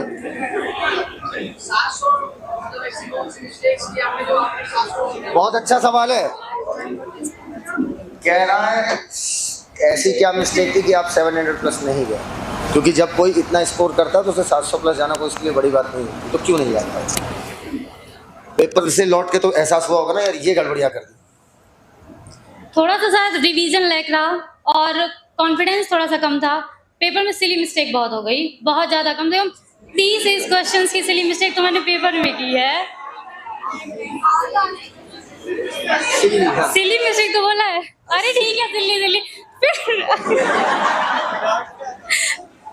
अंग्रेजी बन जाओ भाई फिर अच्छा ये बताओ क्या पढ़ाई घंटे में तोलती थी नहीं पढ़ाई को घंटे में कभी नहीं तोला ये था कि मेरा तो मुझे जहाँ तक पता है खा लो जो अपने काम है दिन के वो हो जाए उसके बाद जो भी टाइम था बस पढ़ते रहो रोड होमवर्क करती थी कि नहीं रोड हाँ होमवर्क बिल्कुल करते थे मैं और मेरी फ्रेंड थी यहाँ बैठी इस बार इसका तो होना ही है तो हम लोग क्या करते थे पढ़ते जाते थे फिर जो सर ने बताया या जो भी सर ने कहा कि पढ़ के जाना है तो हम लोग रास्ते में रिवाइज करते जाती थी और उसके बाद कुछ गलत होता था तो मारते भी थे एक दूसरे को और फिर ये क्या कहते थे कि आज ये तुमको याद करके आना हम दोनों को फिर सुनेंगे और मान लो कि वो नहीं बता पाई तो वो मुझे मारती थी हमने वो मतलब दोनों में से जो नहीं बता पाता था वो मार खाता था अच्छा खासा मार खाता था पीठ दर्द होती थी ताला बढ़ता था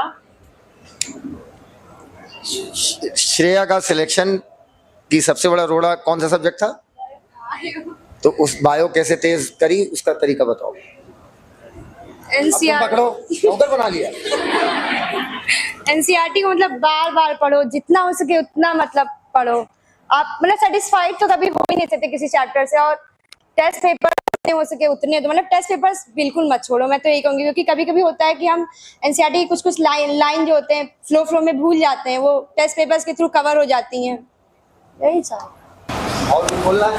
नहीं। हमारे पास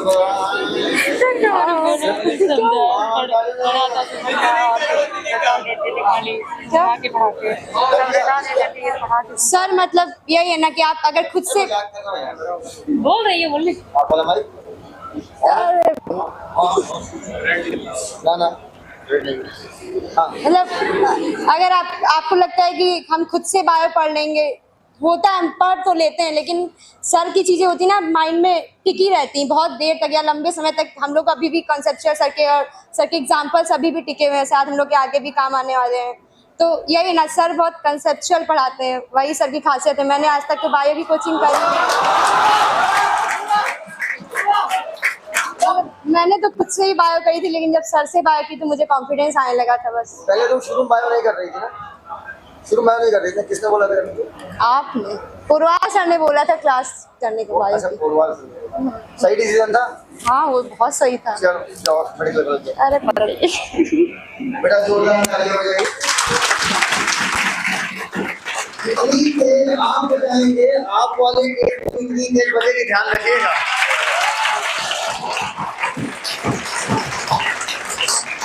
चलो अब पढ़ाएं, चलो यहाँ से।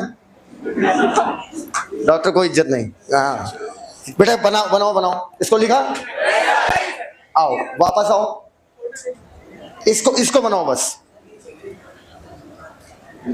इसको बनाओ बेटा, इसको बनाइए।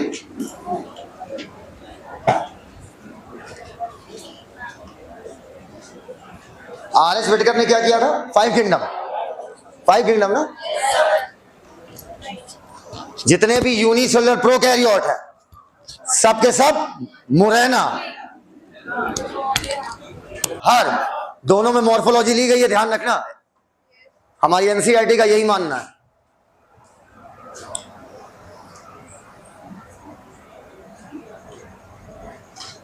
कल हम लोग का मुनेरा खत्म होगा, परसों protista, 2 lecture fungi, 1 lecture virus thyroid prion.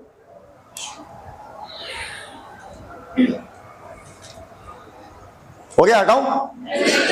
ई नाइमा मतलब रेड ब्लड है, ए नाइमा मतलब red blood absent, A for absent. हाँ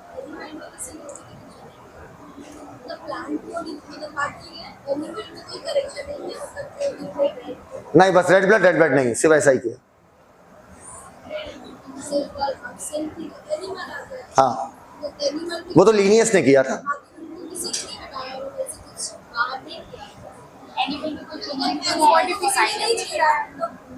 क्यों नहीं छेड़ा गया? बिल्कुल छेड़ा गया।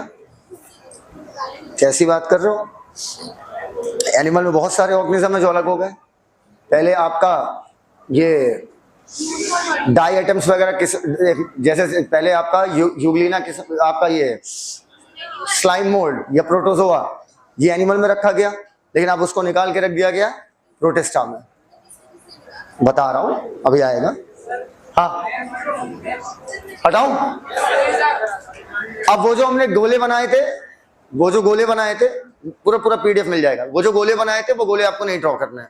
अब आपको ये जो बनाने जा रहा हूं, अभी बेटा खत्म नहीं हुआ, 2 मिनट दे दो, बस 2 मिनट दे दो मुझे।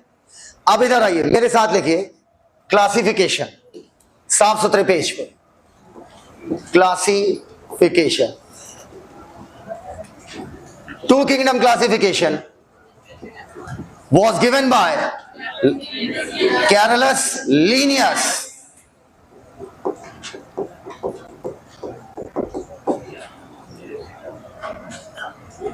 इन्होंने क्या किया? लिविंग ऑर्गेनिज्म के 2 ग्रुप बनाए, प्लांट और एनिमल। 3 किंगडम क्लासिफिकेशन,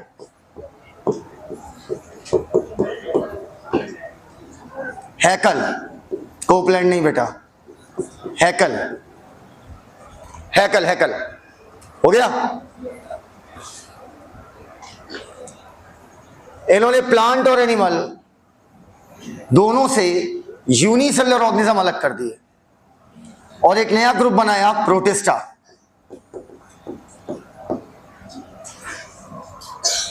थोड़ा सा जगह कम पड़ जाएगी।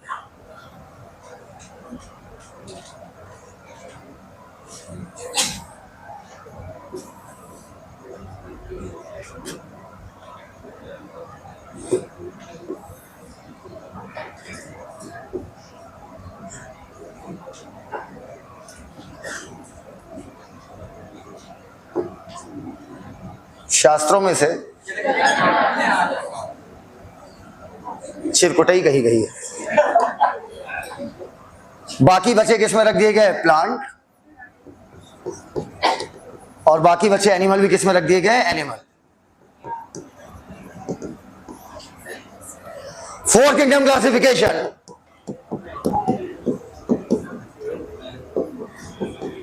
कोपलैंड,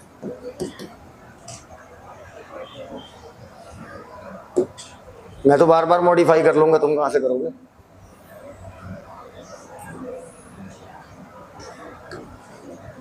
प्रोटिस्टा को डिवाइड कर दिया 2 ग्रुप में।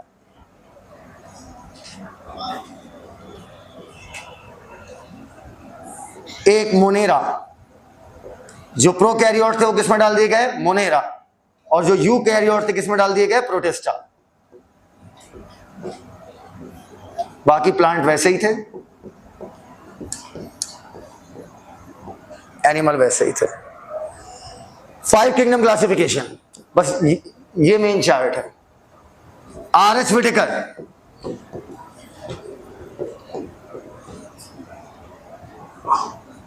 (1969) इन्होंने प्लांट को डिवाइड किया 2 पार्ट में। जिनकी सेल वॉल फंजाई की, जिसकी सेल वॉल काइटिन की वो फंजाई, और जिनकी सेलुलोज की वो प्लांट।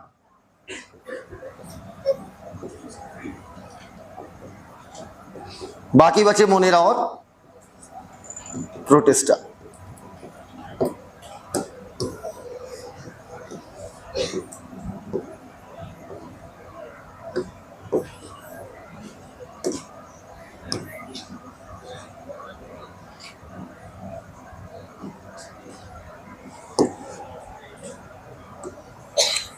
हो गया।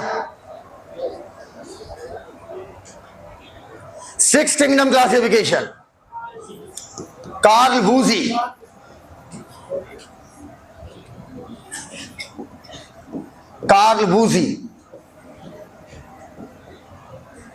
ईयर आपके सिलेबस में नहीं है। 6 किंगडम क्लासिफिकेशन, या इसी को बोलते हैं 3 डोमेन क्लासिफिकेशन। अभी सिखाने वाला हूं आपको। हाँ, एरिस्टोटल का माना ही नहीं गया ना, उतना साइंटिफिक नहीं था। साइंटिफिकली अप्रोच किया था ना, पर वो बहुत साइंटिफिक अप्रोच, मतलब बहुत ज्यादा कैरेक्टर नहीं लिए ना। हो गया।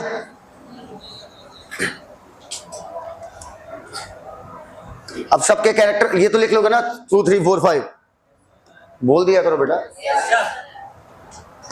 अब सबके कैरेक्टर्स लिखूंगा, किस आधार पे किया गया।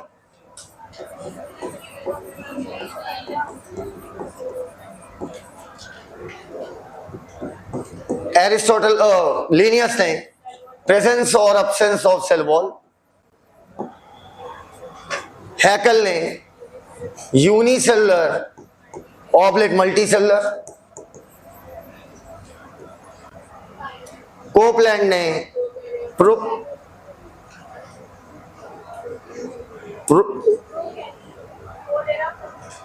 प्रोकैरियोट और यूकैरियोट में के आधार पर डिवाइड किया। और विटेकर ने पीसीएम रब के आधार पर। अब क्या पूरा लिखें क्या? Over and out छापिए।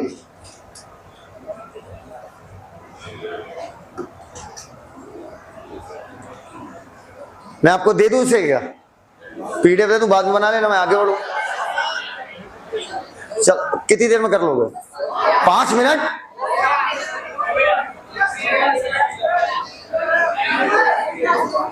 पीडीएफ दे देता हूं, क्योंकि आज ऑलरेडी मैं 12 मिनट लेट हूं, तो इसको छोड़ देते हैं। अभी इसको हम लोग दे दूंगा, तुरंत दे दूंगा, तुरंत पढ़ते हैं, आगे पढ़ते हैं। आइए, 6 किंगडम क्लासिफिकेशन। मेरी बात सुनो, ऊपर 6 के आप घर नहीं पहुंच पाओगे, उससे पहले पीडीएफ पहुंच जाएगी। मेरी पीडीएफ तुमसे तेज है। 6 किंगडम क्लासिफिकेशन का मतलब समझो क्या है। असल में बच्चों हमने अभी पढ़ा मोनेरा, प्रोटिस्टा, जरा एक पेज पलट दीजिए, फंजाई, प्लांट, एनिमल। वैसे एक बार और अलग से लिख ले रहा हूं, क्यों लिख रहा हूं ये बाद में बताऊंगा। नीचे वाला मत देखना, इधर देखो। कार्ल वूजी ने देखा ऊपर कि मोनेरा में भी 2 ग्रुप है। सुनना बहन, मोनेरा में भी कितने ग्रुप हैं? 2। देखो पढ़ो, एक लिखा होगा आर्की बैक्टीरिया, एक लिखा होगा यू बैक्टीरिया। बोलो यार। वूजी ने कहा आर्की बैक्टीरिया तो हार्श हैबिटाट में पाए जाते हैं और यू बैक्टीरिया नॉर्मल हैबिटाट में पाए जाते हैं। आर्की बैक्टीरिया बेहद खतरनाक हैबिटाट में पाए जाएंगे और यू बैक्टीरिया नॉर्मल हैबिटाट में पाए जाएंगे। तो सीधी सी बात है, चाहे इनकी सेल वॉल हो या चाहे इनकी प्लाज्मा मेम्ब्रेन हो, बताओ सेम केमिकल की बनी होगी या डिफरेंट? बोलते ही नहीं यार। अगर आर्की बैक्टीरिया और यू बैक्टीरिया, आर्की बैक्टीरिया अगर हार्श एनवायरनमेंट से लड़ रहा है, इसका मतलब उनकी सेल वॉल, प्लाज्मा मेम्ब्रेन, इनका केमिकल कंपोजिशन, इनका स्ट्रक्चर नॉर्मल बैक्टीरिया जैसा होगा कि अलग होगा? अलग होगा। इसका मतलब दोनों जेनेटिकली अनरिलेटेड हुए, अर्थात उनके जीन्स अलग है। उनके जीन्स हार्श हैबिटाट में को झेलने वाली प्रोटीन बना रहे होंगे और उनके जीन्स नॉर्मल हैबिटाट को झेलने वाले। तो बताओ इन्हें सेम माना जाए कि अलग अलग? अलग अलग। विरोध कर दिया वूजी ने। वूजी ने कहा ना भैया, they are genetically very different. One is living in harsh habitat and one is living in normal habitat. How you can put both of them in the same group? That is Monera.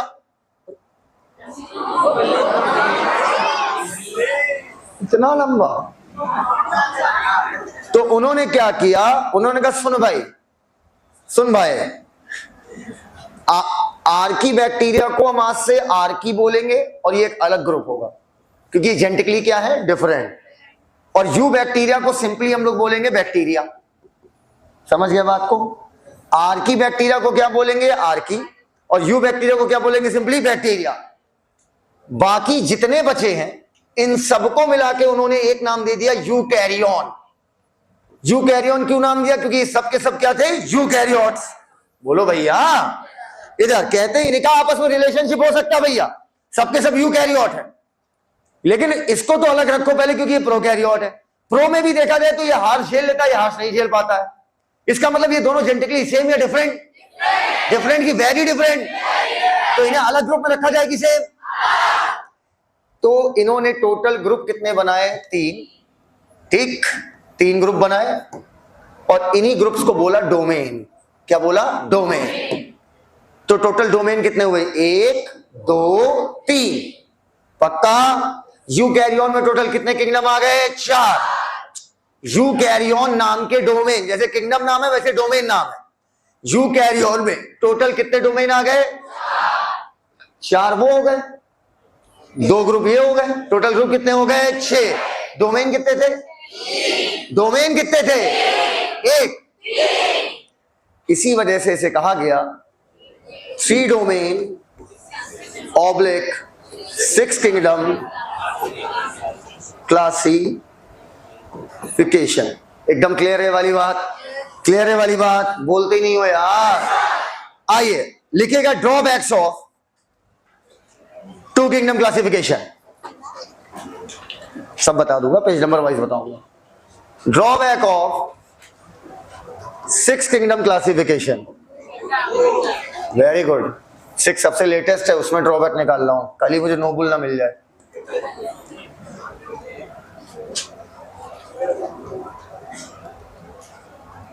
इसको आप लोग copy टेढ़ी करके बनाना, समझ गए ना मेरी बात? लैंडस्केप मोड में लेना। दोबारा बना लोगे तो क्या हो जाएगा? डायरिया। दूसरा,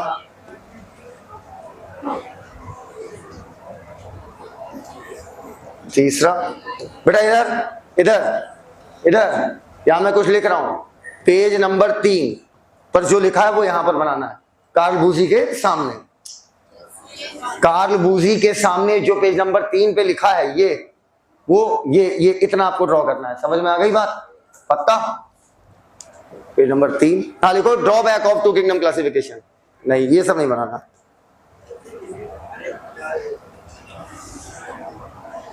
चार बस।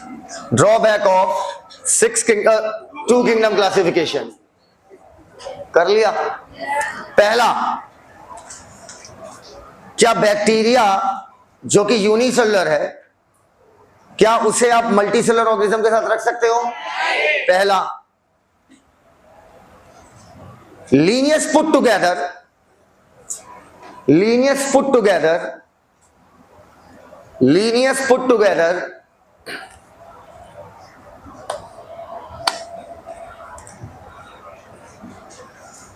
डैश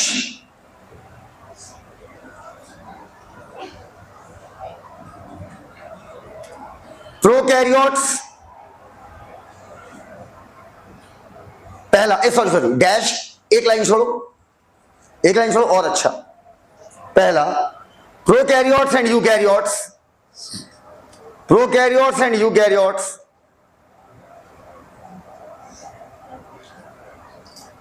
दूसरा, यूनिसेलुलर एंड मल्टीसेलुलर। ये बताओ, एल्गी, ब्रायोटाइडो, ये सब ऑटोट्रॉपिक है कि हेट्रोट्रॉपिक? कम ऑन, ऑटो या हेट्रो? पक्का? और आपका फंजाई क्या है? हेट्रोट्रॉपिक। तो आप क्या ऑटोट्रॉपिक प्लांट्स को हेट्रोट्रॉपिक फंजाई के साथ रख सकते हैं? तीसरी कमी, फोटोसिंथेटिक। तीसरी, फोटोसिंथेटिक एंड नॉन फोटोसिंथेटिक। जो फोटोसिंथेसिस नहीं कर पा रहे मतलब वो हेट्रोट्रॉपिक हो गए।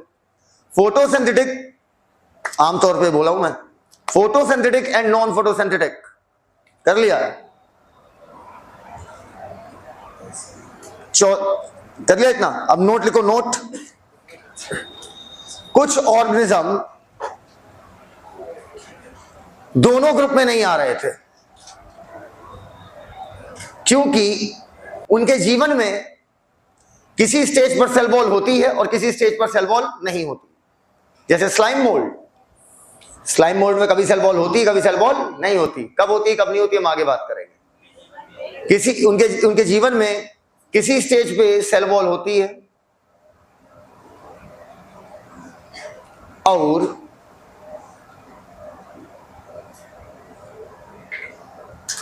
किसी स्टेज पर अब्सेंट होती है। चार्ट देख के बताइए कौन से ऐसे दो किंगडम है जो सब में पाए गए?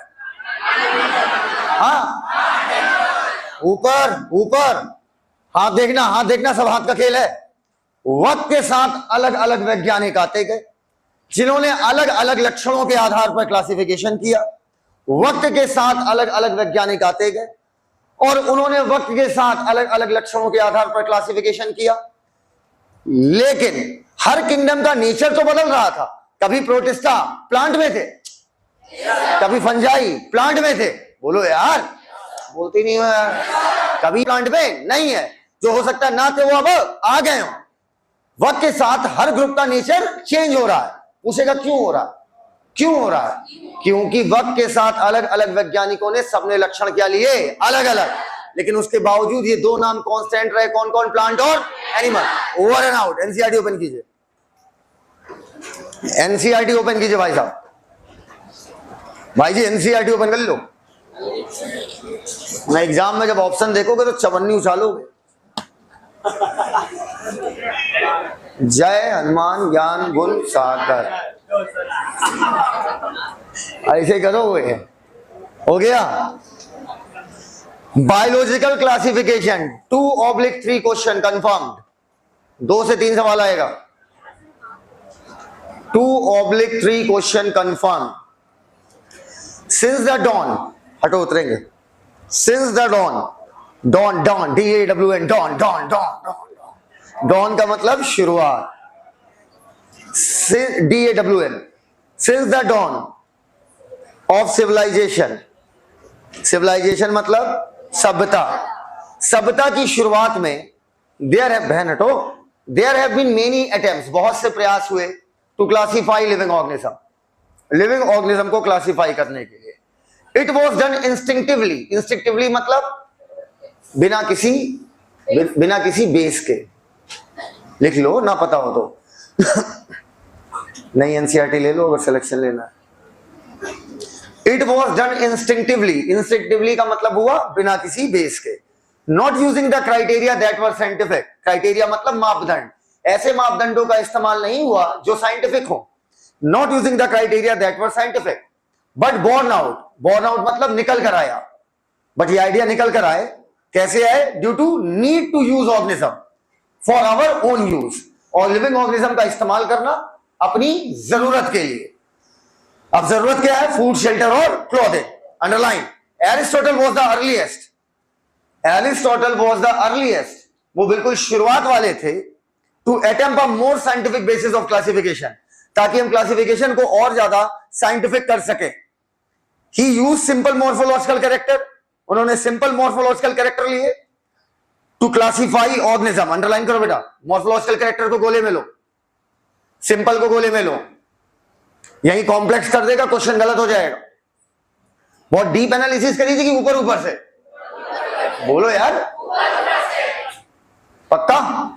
ही use simple morphological character to classify plant into tree, shrub and herb. He also divided animal into जिनका रेड ब्लड है और जिनका रेड ब्लड नहीं है। इन लीनियस टाइम, लीनियस के टाइम में two kingdom system of classification आया, जिसमें कौन कौन था? प्लांट और animal was developed that include all plant and animal respectively, respectively मतलब क्रमशः, अनुसार। This system did not distinguish, underline, इस सिस्टम ने किसे किसे अलग नहीं रखा, प्रोकैरियोट और यूकैरियोट को, यूनिसेलुलर और मल्टीसेलुलर को। मिला? फोटोसिंथेटिक ग्रीन एल्गी को, फोटोसिंथेटिक ग्रीन एल्गी को नॉन फोटोसिंथेटिक फंजाई के साथ रख दिया। जो फंजाई फोटोसिंथेसिस नहीं कर पाता है उसको आप एल्गी के साथ कैसे रख सकते हो? ये तो बिल्कुल अलग लक्षण हुआ ना, बोलते ही नहीं हो यार। लीनियस का क्लासिफिकेशन वॉज इजली डन, आसानी से हो गया था। Linear classification of Linnaeus was easily done, लेकिन समस्या, और आसानी से हम समझ भी सकते थे, सिंपल था। प्लांट मतलब भाई सेल वॉल है, प्लांट नहीं एनिमल, बात खत्म। लेकिन but large number of organism, चौथी कमी, did not fall into either category, वो दोनों कैटेगरी में नहीं आ रहे थे। Hence the two kingdom classification used for a long time, underline, double underline करना, काफी लंबे समय तक चला था, लगभग 100 साल के लिए। Two kingdom classification used for a long time was found inadequate, inadequate का मतलब अपर्याप्त, जो पर्याप्त ना हो गया। Beside gross morphology, gross morphology मतलब ऊपर से किसी को देखना, मोटा मोटा। बिसाइड मतलब के अलावा, beside gross morphology a need was also felt, felt मतलब यहां महसूस हुई, कमी लगी, कमी उन्हें महसूस हुई कि अब दूसरे कैरेक्टर भी हम लोग इसमें ऐड करें। सिर्फ मॉर्फो देख के काम नहीं चलेगा कि लीनियस से बस मॉर्फो देख लिया कि सेल वॉल है नहीं है, बात खत्म, ऐसा थोड़ी होगा। एरिस्टोटल ने अगला कहते हैं हम इसमें और कैरेक्टर जोड़ेंगे, nature of wall, mode of nutrition, कि भाई ऑटोट्रॉपिक है, हेटेरोट्रॉपिक है, हैबिटाट कैसा है, अर्थात पानी में रहता है या जमीन पे रहता है। इसके बाद मेथड ऑफ रिप्रोडक्शन, सेक्सुअल है या एसेक्सुअल है, और सबसे इंपॉर्टेंट क्या है? Evolutionary relationship.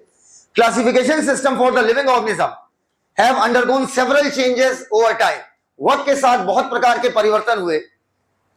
यद्यपि, दो का मतलब यद्यपि, underline, plant and animal kingdom have been constant under all different system, हर डिफरेंट सिस्टम में दो चीज कांस्टेंट थी, दैट इज प्लांट और एनिमल। द अंडरस्टैंडिंग, अब ऐसा क्यों था, अब ऐसा क्यों था? सुनना मेरी बात, आगे सुनना। कह रहा था अंडरस्टैंडिंग ऑफ किसी भी ग्रुप या किसी भी ऑर्गेनिज्म की जो इंक्लूड किए जाते थे इन किंगडम में, वो लगातार चेंज होती रही हमारी सोच, क्योंकि number and nature of other kingdom have also been understood अलग अलग साइंटिस्ट बाय अलग अलग साइंटिस्ट ओवर टाइम। क्योंकि भाई सीधी बात है, अलग अलग साइंटिस्ट अलग अलग कैरेक्टर ले रहे थे। कोई यूनिमल्टी बोल रहा है, कोई प्रो यू बोल रहा है, तो सीधी सी बात है, जब अलग अलग साइंटिस्ट अलग अलग कैरेक्टर लेगा तो ग्रुप का नेचर क्या होगा? बदलता जाएगा। जो ऑर्गेनिज्म कभी उस ग्रुप में थे वो उस ग्रुप में अब नहीं रहेंगे, और देखो नया नया ग्रुप बनके चला आया है।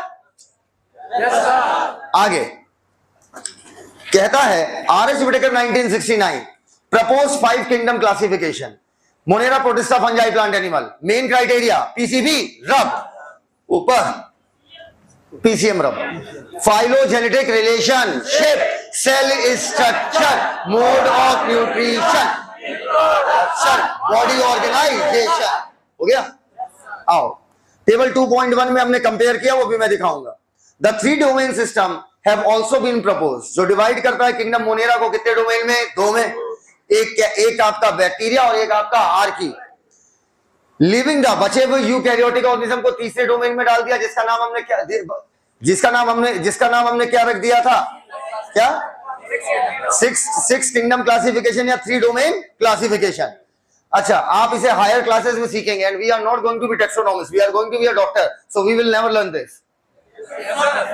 अरे तुम तो ऐसे मुंह ऐसे खोल दी मौलाना। Let us look at this 5 kingdom classification to understand कि क्या क्या मुद्दा, क्या क्या चीजें आई जो क्लासिफिकेशन सिस्टम को लगातार प्रभावित करती रही। अर्लियर ऊपर एल्गी, ब्रायो, टेरिडो, जिम्नो, एंजियो, इनको लीनियस ने प्लांट में रखा था कि एनिमल? इसमें पंजाई को,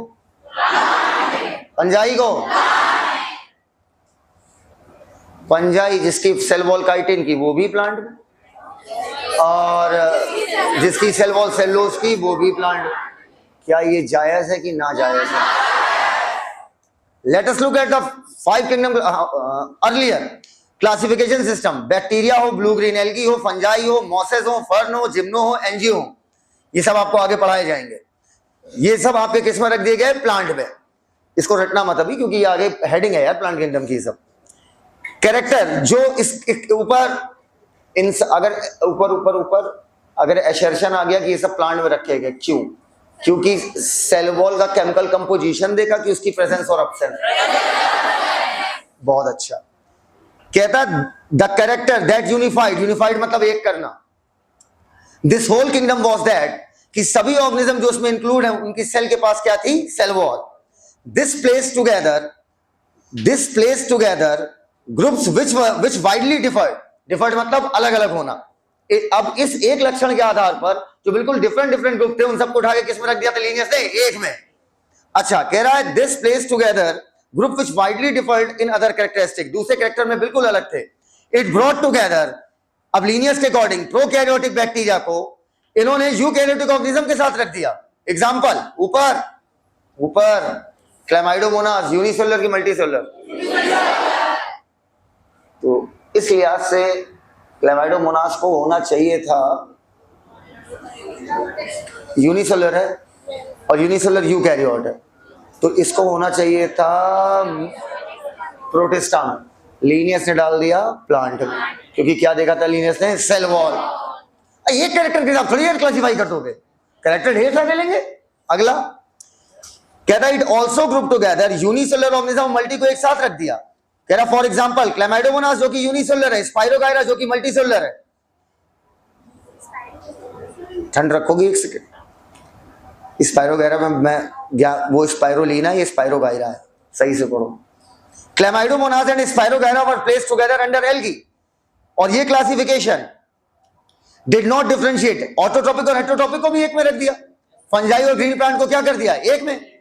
यद्यपि दे ऑल्सो शोड कि इनकी सेल वॉल के कंपोजिशन क्या है? अलग अलग, उसके बाद भी लीनियस उठा के इसको किस में रख दिया? एक साथ। गलत बात। छी बाबा, लीनियस। अच्छा, कह रहा है ग्रीन प्लांट के साथ रख दिया जिनकी सेल वॉल किसकी बनी है? Cellulose. When such characteristic were considered, fungi को हम अलग किंगडम में रख दिए गए, और किंगडम क्या बना? Kingdom fungi. हम लोग कितना सिस्टमैटिक पढ़ते हुए आए, बोलो यार। कहता है, ये लाइन नहीं समझ में आई क्या? बोल दो भैया, मन से रीड कीजिए। ऑल प्रोकैरियोटिक ऑर्गेनिज्म, जितने भी प्रोकैरियोट्स थे, were group together under kingdom Monera, और यूनिसेलुलर यूकैरियोट को किसमें डाल दिया? प्रोटिस्टा। अभी 4 लाइन अभी छोड़ दीजिए। इट हैज पुट टुगेदर, मिला, विच इन अर्लियर क्लासिफिकेशन, हमने अलग अलग किंगडम में रखा था, इन्होंने क्या कर दिया? सबको मिला दिया था। दिस हैपेंड बिकॉज क्लासिफिकेशन का क्राइटेरिया आपका लगातार वक्त के साथ क्या हो रहा था? चेंज हो रहा था, और चेंज लगातार फ्यूचर में होते जाएंगे। डिपेंड करेगा कि अभी हम लक्षणों के बारे में और कितना डिटेल में जानेंगे, और सबसे ज्यादा ध्यान किस पे देंगे? Evolutionary relationship. ओवर टाइम, वक्त के साथ, an attempt have been made, अब कोशिश की गई क्लासिफिकेशन सिस्टम को इवॉल्व करें। इवॉल्व करने का मतलब और अच्छा करें, इवॉल्व करें क्लासिफिकेशन सिस्टम को, विच रिफ्लेक्ट, जो दर्शाए ना सिर्फ मॉर्फोलॉजिकल, फिजियोलॉजिकल और रिप्रोडक्टिव सिमिलैरिटी, ये नहीं कि बस मॉर्फोलॉजी सेम है, फिजियोलॉजी सेम है और रिप्रोडक्टिवली सिमिलर है, बल्कि अब हम फाइलोजेनेटिक रिलेशनशिप को भी मद्देनजर काम करेंगे। तो सबसे टॉप पे फीचर क्या रखोगे? Phylogenetic relation. In this chapter, हम इस चैप्टर में हम स्टडी करेंगे किंगडम मोनेरा, प्रोटिस्टा और फंजाई को according to Whittaker system of classification. Plant and animal जिसे हम कॉमनली क्या, प्लांटी और एनिमलिया जिसको हम लोग कॉमनली क्या बोलते हैं, प्लांट और एनिमल किंगडम। अब बेटा एक पेज पलटो, पीछे जाओ। टाइम कितना हुआ बच्चों? कितना बोलती हो तुम? इसे रोज पक पक पकाते थे, 10 बज गए, संतोष पानी लिया।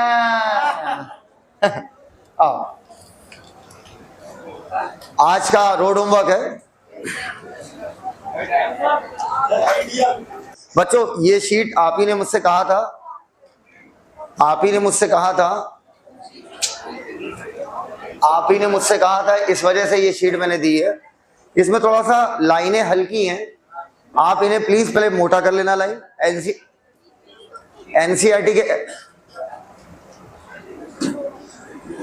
एनसीईआरटी के अकॉर्डिंग ही ये शीट बनाई गई है, तो एनसीईआरटी देख के लाइनें गाढ़ी कर लेना, उसके बाद लेबलिंग कर लेना। तो आज आपका रोड होमवर्क ये है कि आपको ये शीट, जिनके पास नहीं है वो बायोलॉजिकल क्लासिफिकेशन पढ़ते हुए जाएंगे, आप ये शीट पूरी एक बार देख लेंगे मन से, ताकि आप घर पे पहुंचे और पेन निकालें, धड़ धड़ धड़ धड़ चालू, और घर जाते ही आधे घंटे में शीट खत्म करनी है। कितनी देर में? और उसके बाद एनसीईआरटी से मैच करेंगे कि हमने गलती क्या क्या करी। पकड़िए, आज की बातें यहीं तक, बाकी बातें कल करते हैं। थैंक यू, धन्यवाद।